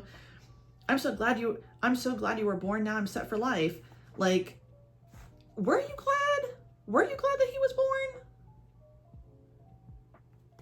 Okay, maybe she wasn't she wasn't well, she's giving a measure of time to me. But it looks like Sochi's mom died. He got remarried. But I don't know. I think that, okay, now I get it. So what she's saying is because Sochi's dad gives him, Koichi, his name, his family name. She's like, I'm so glad because now she doesn't have to get pregnant. She doesn't have to have another kid. She already has like a built-in thing. And I'm sure, I don't know how the laws work here, but probably some money coming her way too. Sick, fucking sick. So now we get more of a background with Koichi, although I still don't really understand the animosity. Like, even this moment where he has this breaking point. I'm gonna show y'all something. Okay, if you don't want to see this, don't look. Now, why would you kick somebody in a damn wheelchair and put them in the fucking water? That's what the hell he did. And this kid is like, what, 4 or 5? What kind of sick, twisted shit's going on in the household? All right, fuck you. But that starts the rivalry, I guess you could say. And it doesn't really make sense. But then the more I thought about it, I was like, okay, he's a fucking kid. Nothing's gonna fucking make sense to a kid. Like I remember when I was a kid, there's a lot of things that I said and did that, if I could remember all of those things, every detail, I would be embarrassed. Thankfully, my memory isn't that good because I'm sure there was tons of stuff that I forgot that I said and did when I was younger. Made a fucking fool of myself. Even if nobody actually, even if it's just me thinking that, and no one, like, I would be embarrassed. But you get it. Like, it makes sense to him in that moment. And they could have been close this whole time, but it's fine. Anyway, we find out their background, and then that gets resolved, which is really, really good. We also see a little bit of Momori's background with her mother, whom I also think is a fucking bitch. And the way she treats her, it's just nasty. It's just nasty to me. Like, I don't understand when I'm reading about these parents who are such assholes to their kids. Because Momori gets sick and she is trying to she wants to finally confess to Sochi. She really shouldn't have left the house. But she's like, I want to go. I want to do it. Like, it's not a big deal. The mom is like, what's the mom fucking say?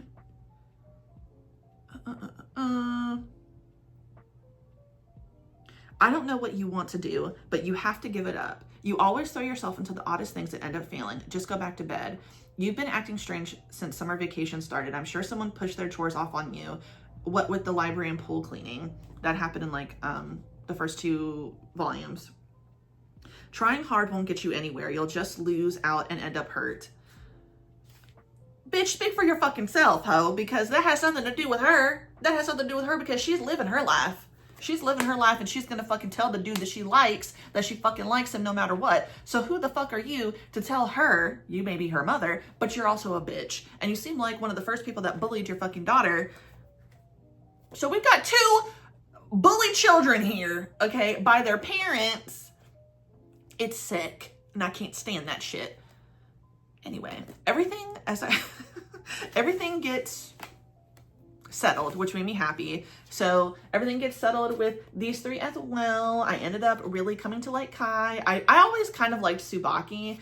I would also like to see what happens with her. I want to see her, because I think her butler is the one that really likes her and has a crush on her. And you know what? I want to see them get together. Okay, I want y'all to get a little older and for y'all to explore it and for y'all to really take it seriously. That's all I say. Okay. What else did I read?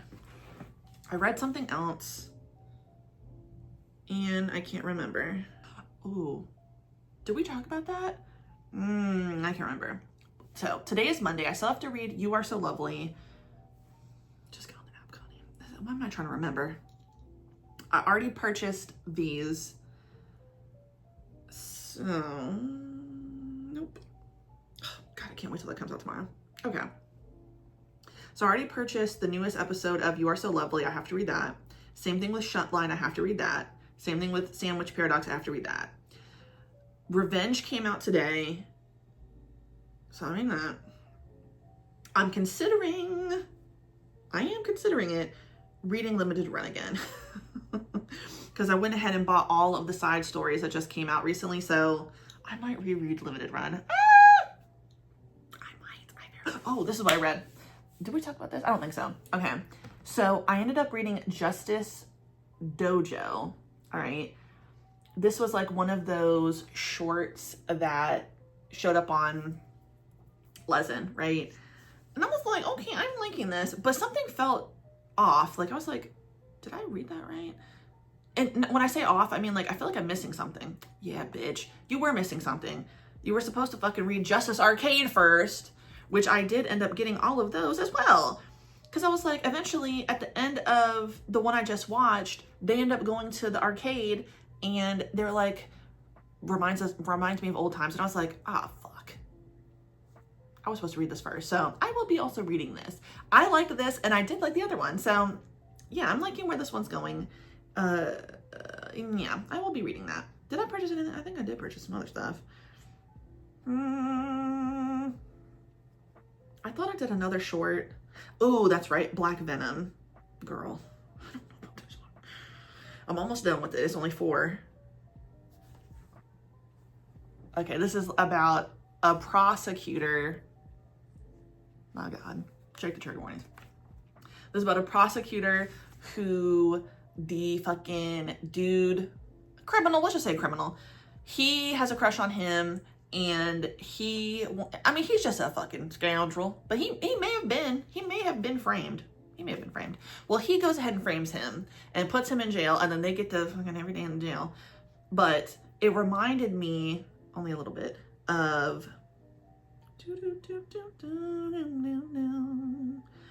In Good Faith, which, damn it. I hope you guys didn't see that.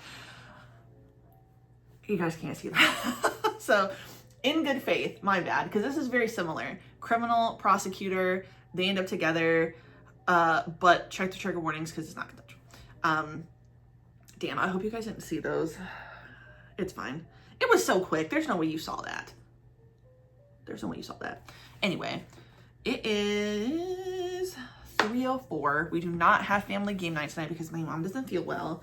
So Devin is going to be a doll because he gets home early and he's going to bring Wingstop.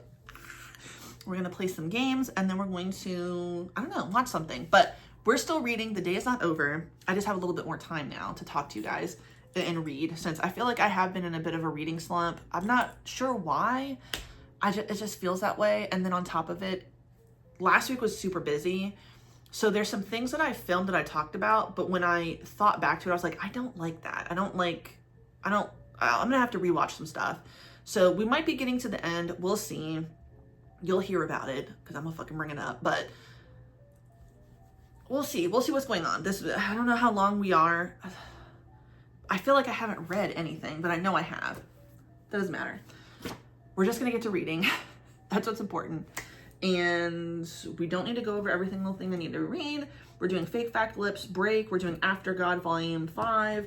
I still need to read Black Blood. I also wanted to read Checkmate Volume 3. I fear if I pick this up though, I will just go on, is it on Lezen? Webtoon and just read all of it. So I probably won't read that right now because I need to read everything else. I do need to read Volume 9 of Seventh Prince. We just caught up on the newest episode and I'm still trying to keep ahead of it. I'm doing a good job, but I really want to keep on with this. We've got these here. We've got those there. So I've got a lot of stuff to read. So I will be back. As far as what we'll watch, I don't really know. I don't know. We should watch like something scary, I think. I think we should watch something scary. So I'll be going through that in a minute and we'll talk about it after. So I will see you guys in a second.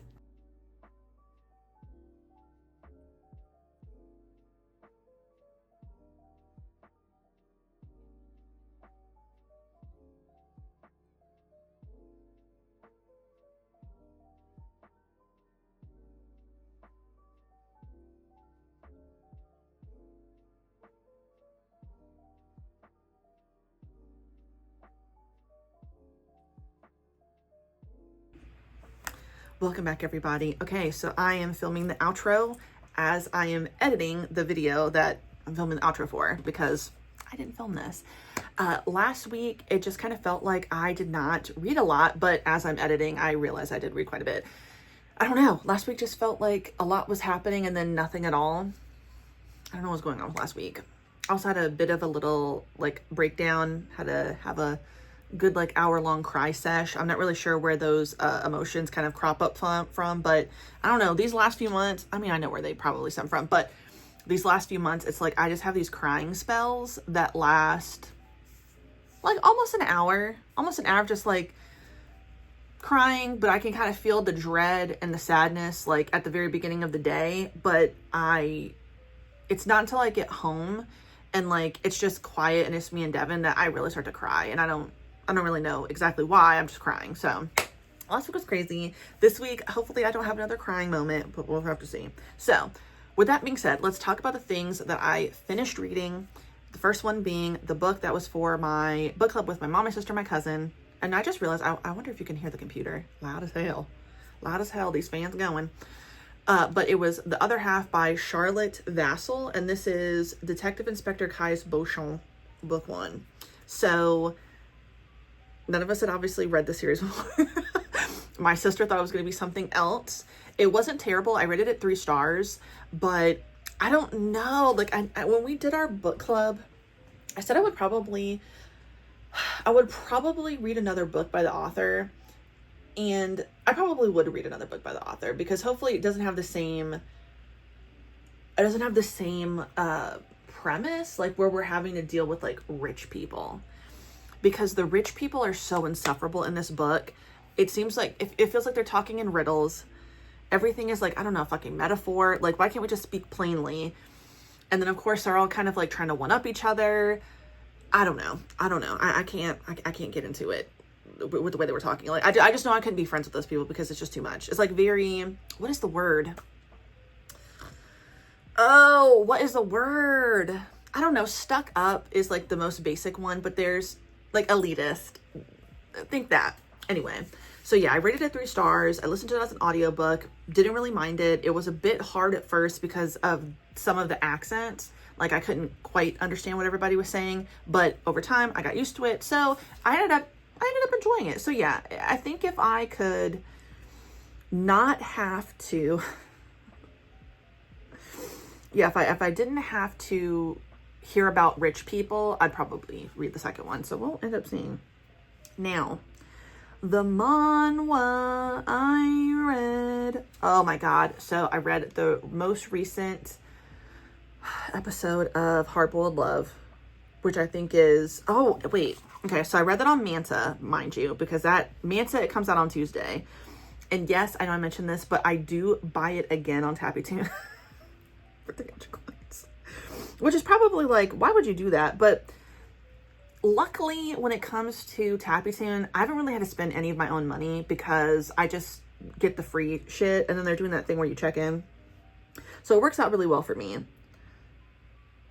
I also just discovered, it seems like, now you can download titles on Manta. So now I'm like, ooh, should I just transition everything over to here? I don't know.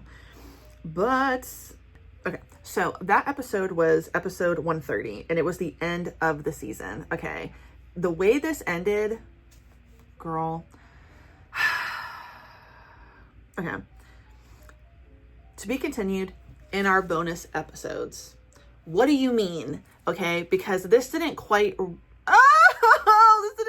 wrap up the way I wanted it to, but it did. I don't know, like it almost feels like it was rushed. But my heart, I'm glad for the things that have happened. Although I don't really understand this ending. I don't know, dude. I don't know. I'm just so sad that it's over. I'm glad to know that there's going to be more, though. So there will be bonus side stories because we still need to wrap up things that we never wrapped up. We never wrapped up the stalker. What was that guy's motivation? And why was he stalking Hwa-Young the way that he was, right? Like, it was relentless in his anger and, like, resentment towards him because he didn't want him to be his sub. And it's like, is it really like that in that world? Like, are people really getting like, I'm gonna fucking vandalize your shit just because you won't top me? That's crazy. That's fucking crazy.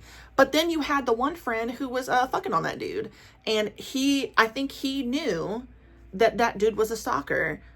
Now, why is he messing with him? That's what I want to know. Why is he messing with him? And then you got the other two friends, the one who had always been in love with Hua Yang and then becomes in love with Guwon. But then that other Dom friend was in love with that dude. I'm gonna put people's pictures because I can't remember anybody's name, especially the friends. But they're both Doms, and it's like, okay, well, is somebody gonna fucking be the bottom then? I don't know. I don't know what you do in these relationships. I don't have that kind of relationship. I need someone to tell me. Somebody needs to get to switch in here, which I'm definitely a fan of. So what's with all the fucking animosity? Y'all need to fucking go back and forth, or y'all need to stop, okay? Because all this drama, we're being shitty to Hua Yang, okay? He's not done anything. And then what happened with the boss? The boss in conference room 3 or 4, whichever I was talking about over and over and over again.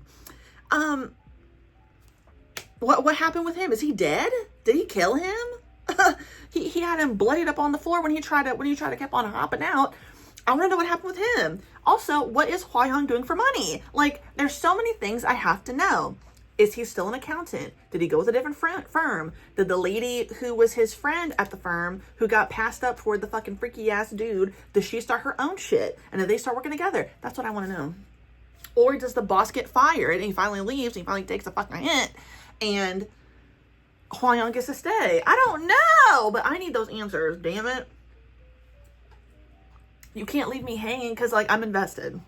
You already know what I said last time. Someone's going to get the if I don't get my shit. Okay? What else did I read? Just caught up on Jinx. Okay. So good. Haven't had my opportunity to look at everybody's Twitter and what they're talking about when it comes to Jinx. But I'm just so happy that we're learning so much more about Jake Young. Like, I like learning about his life. It's funny to think that, like, what was he, like a bad boy for like a month? But I really, really appreciate the fact that he still did not drink. He still did not do drugs. He still did not sell drugs. Or at least it seemed like he didn't. It seemed like he stayed like he wasn't going to. And, I just love him. And fuck the mom. Fuck the mom. We knew that the mom was up to no good, bitch. But I don't like her. How the fuck would you do that to your your firstborn, only fucking child? That's wrong. That's wrong. Because how could you do that? How could you do that? How could you?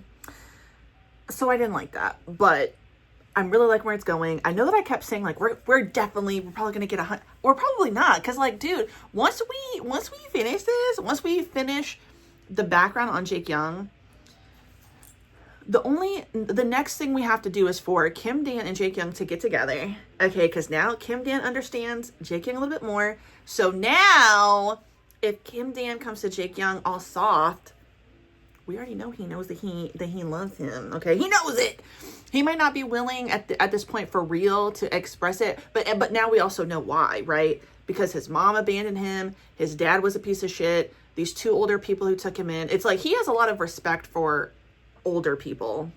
Clearly, he really likes older men and women for the most part. Those have been the 2 types of people, older men and older women, who've really like been there for him. And that's why it was just so easy for him to be cool with Kim Dan's grandma, right?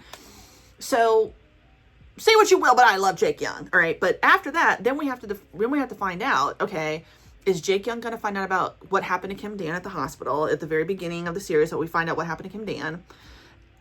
What's going to happen with this fight? Is it going to happen? And then we're basically done, right? And then we'll have some side stories, I'm sure. But I really do need to get on Twitter and see what everybody else is saying, because you know I like that. Moving on. Backlight. Yeah. This also confirmed to me, I think I said this either in the last reading vlog or the vlog before that. Probably was the last one. A lot of people, is it, now I already forgot his name. Hanyul? Heyul? The very first person that we see Young Woon be the manager of, right? Or the handler of.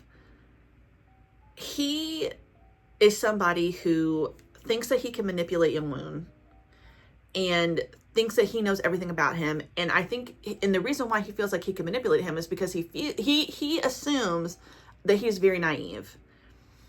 And just because you're a little dirty dog, you think that you can just do what no, you can't. Because what we see in this most recent episode, spoiler if you don't want to know, so I'm gonna finish when I'm done, you'll see that. Young-woon knew that Taegyu was a loan shark the whole time. So what we end up finding out is from the last episode of the episode before last, we see Young-woon got beat up by the kids. Seo-in's parents pay Young-woon's dad, but Young-woon takes the money. He knows what the money's for. When Taegyu's about to get in trouble for constantly like letting Young-woon's dad not pay because he was realizing like he's just getting beat up every time I try to get money from him. But then we find out he really is just beating him all the time anyway.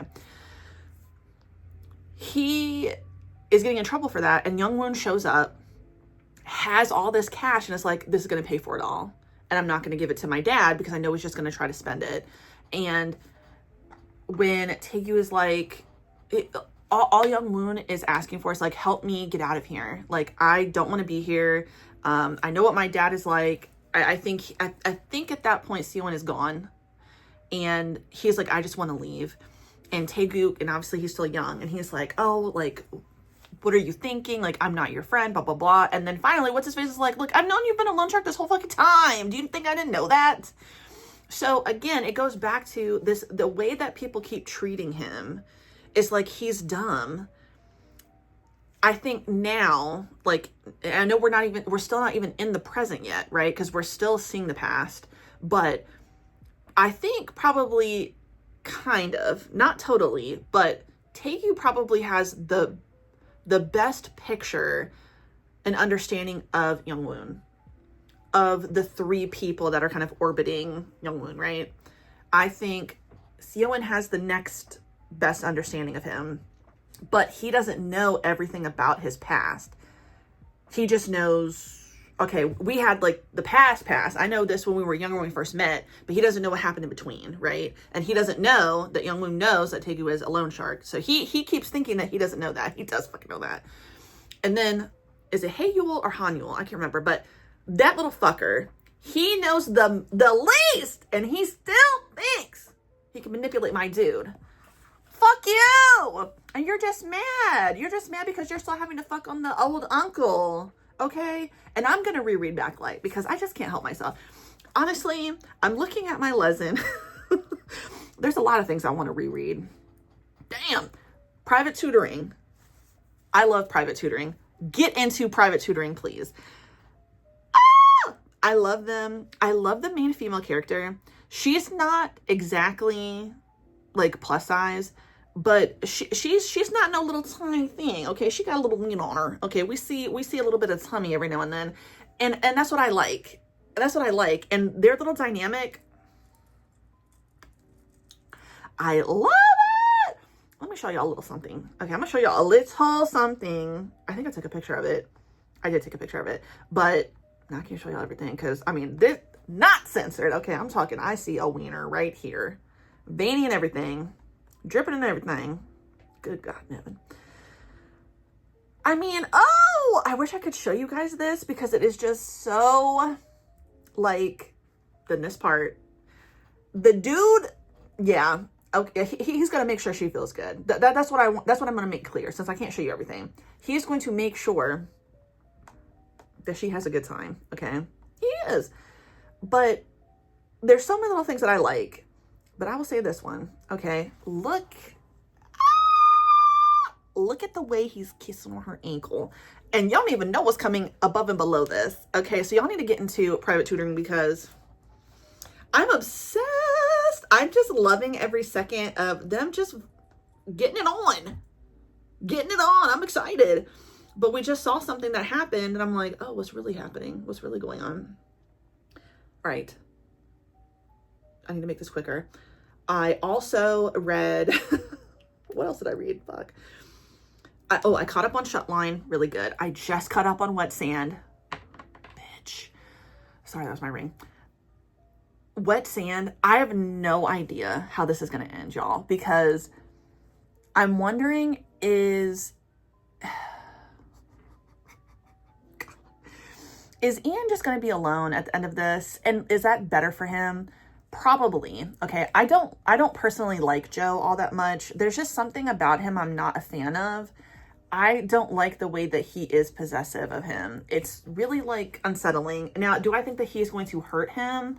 Well, I certainly hope fucking not, but it seems like he's always on the edge of like, if I can't have you, no one else can. That's the impression I get. If you agree, let me know in the comments. If you don't, it's fine. But TJ, I love TJ. Okay, I really, really do. I want them to be together at the end of this, but I also want things to be resolved in a way where they can be together in a healthy way, right? TJ has to be out of the gang. He has to go somewhere and finally be safe away from everything that's happening there. I don't know that anyone's going to let him leave alive, which is just fucked up. Like, can I just get the fuck out of here, please? He just wants to live like normally with his boo, right? But that final thing that happened where he is, oh shit, I forgot to do this. My bad, I'm sorry.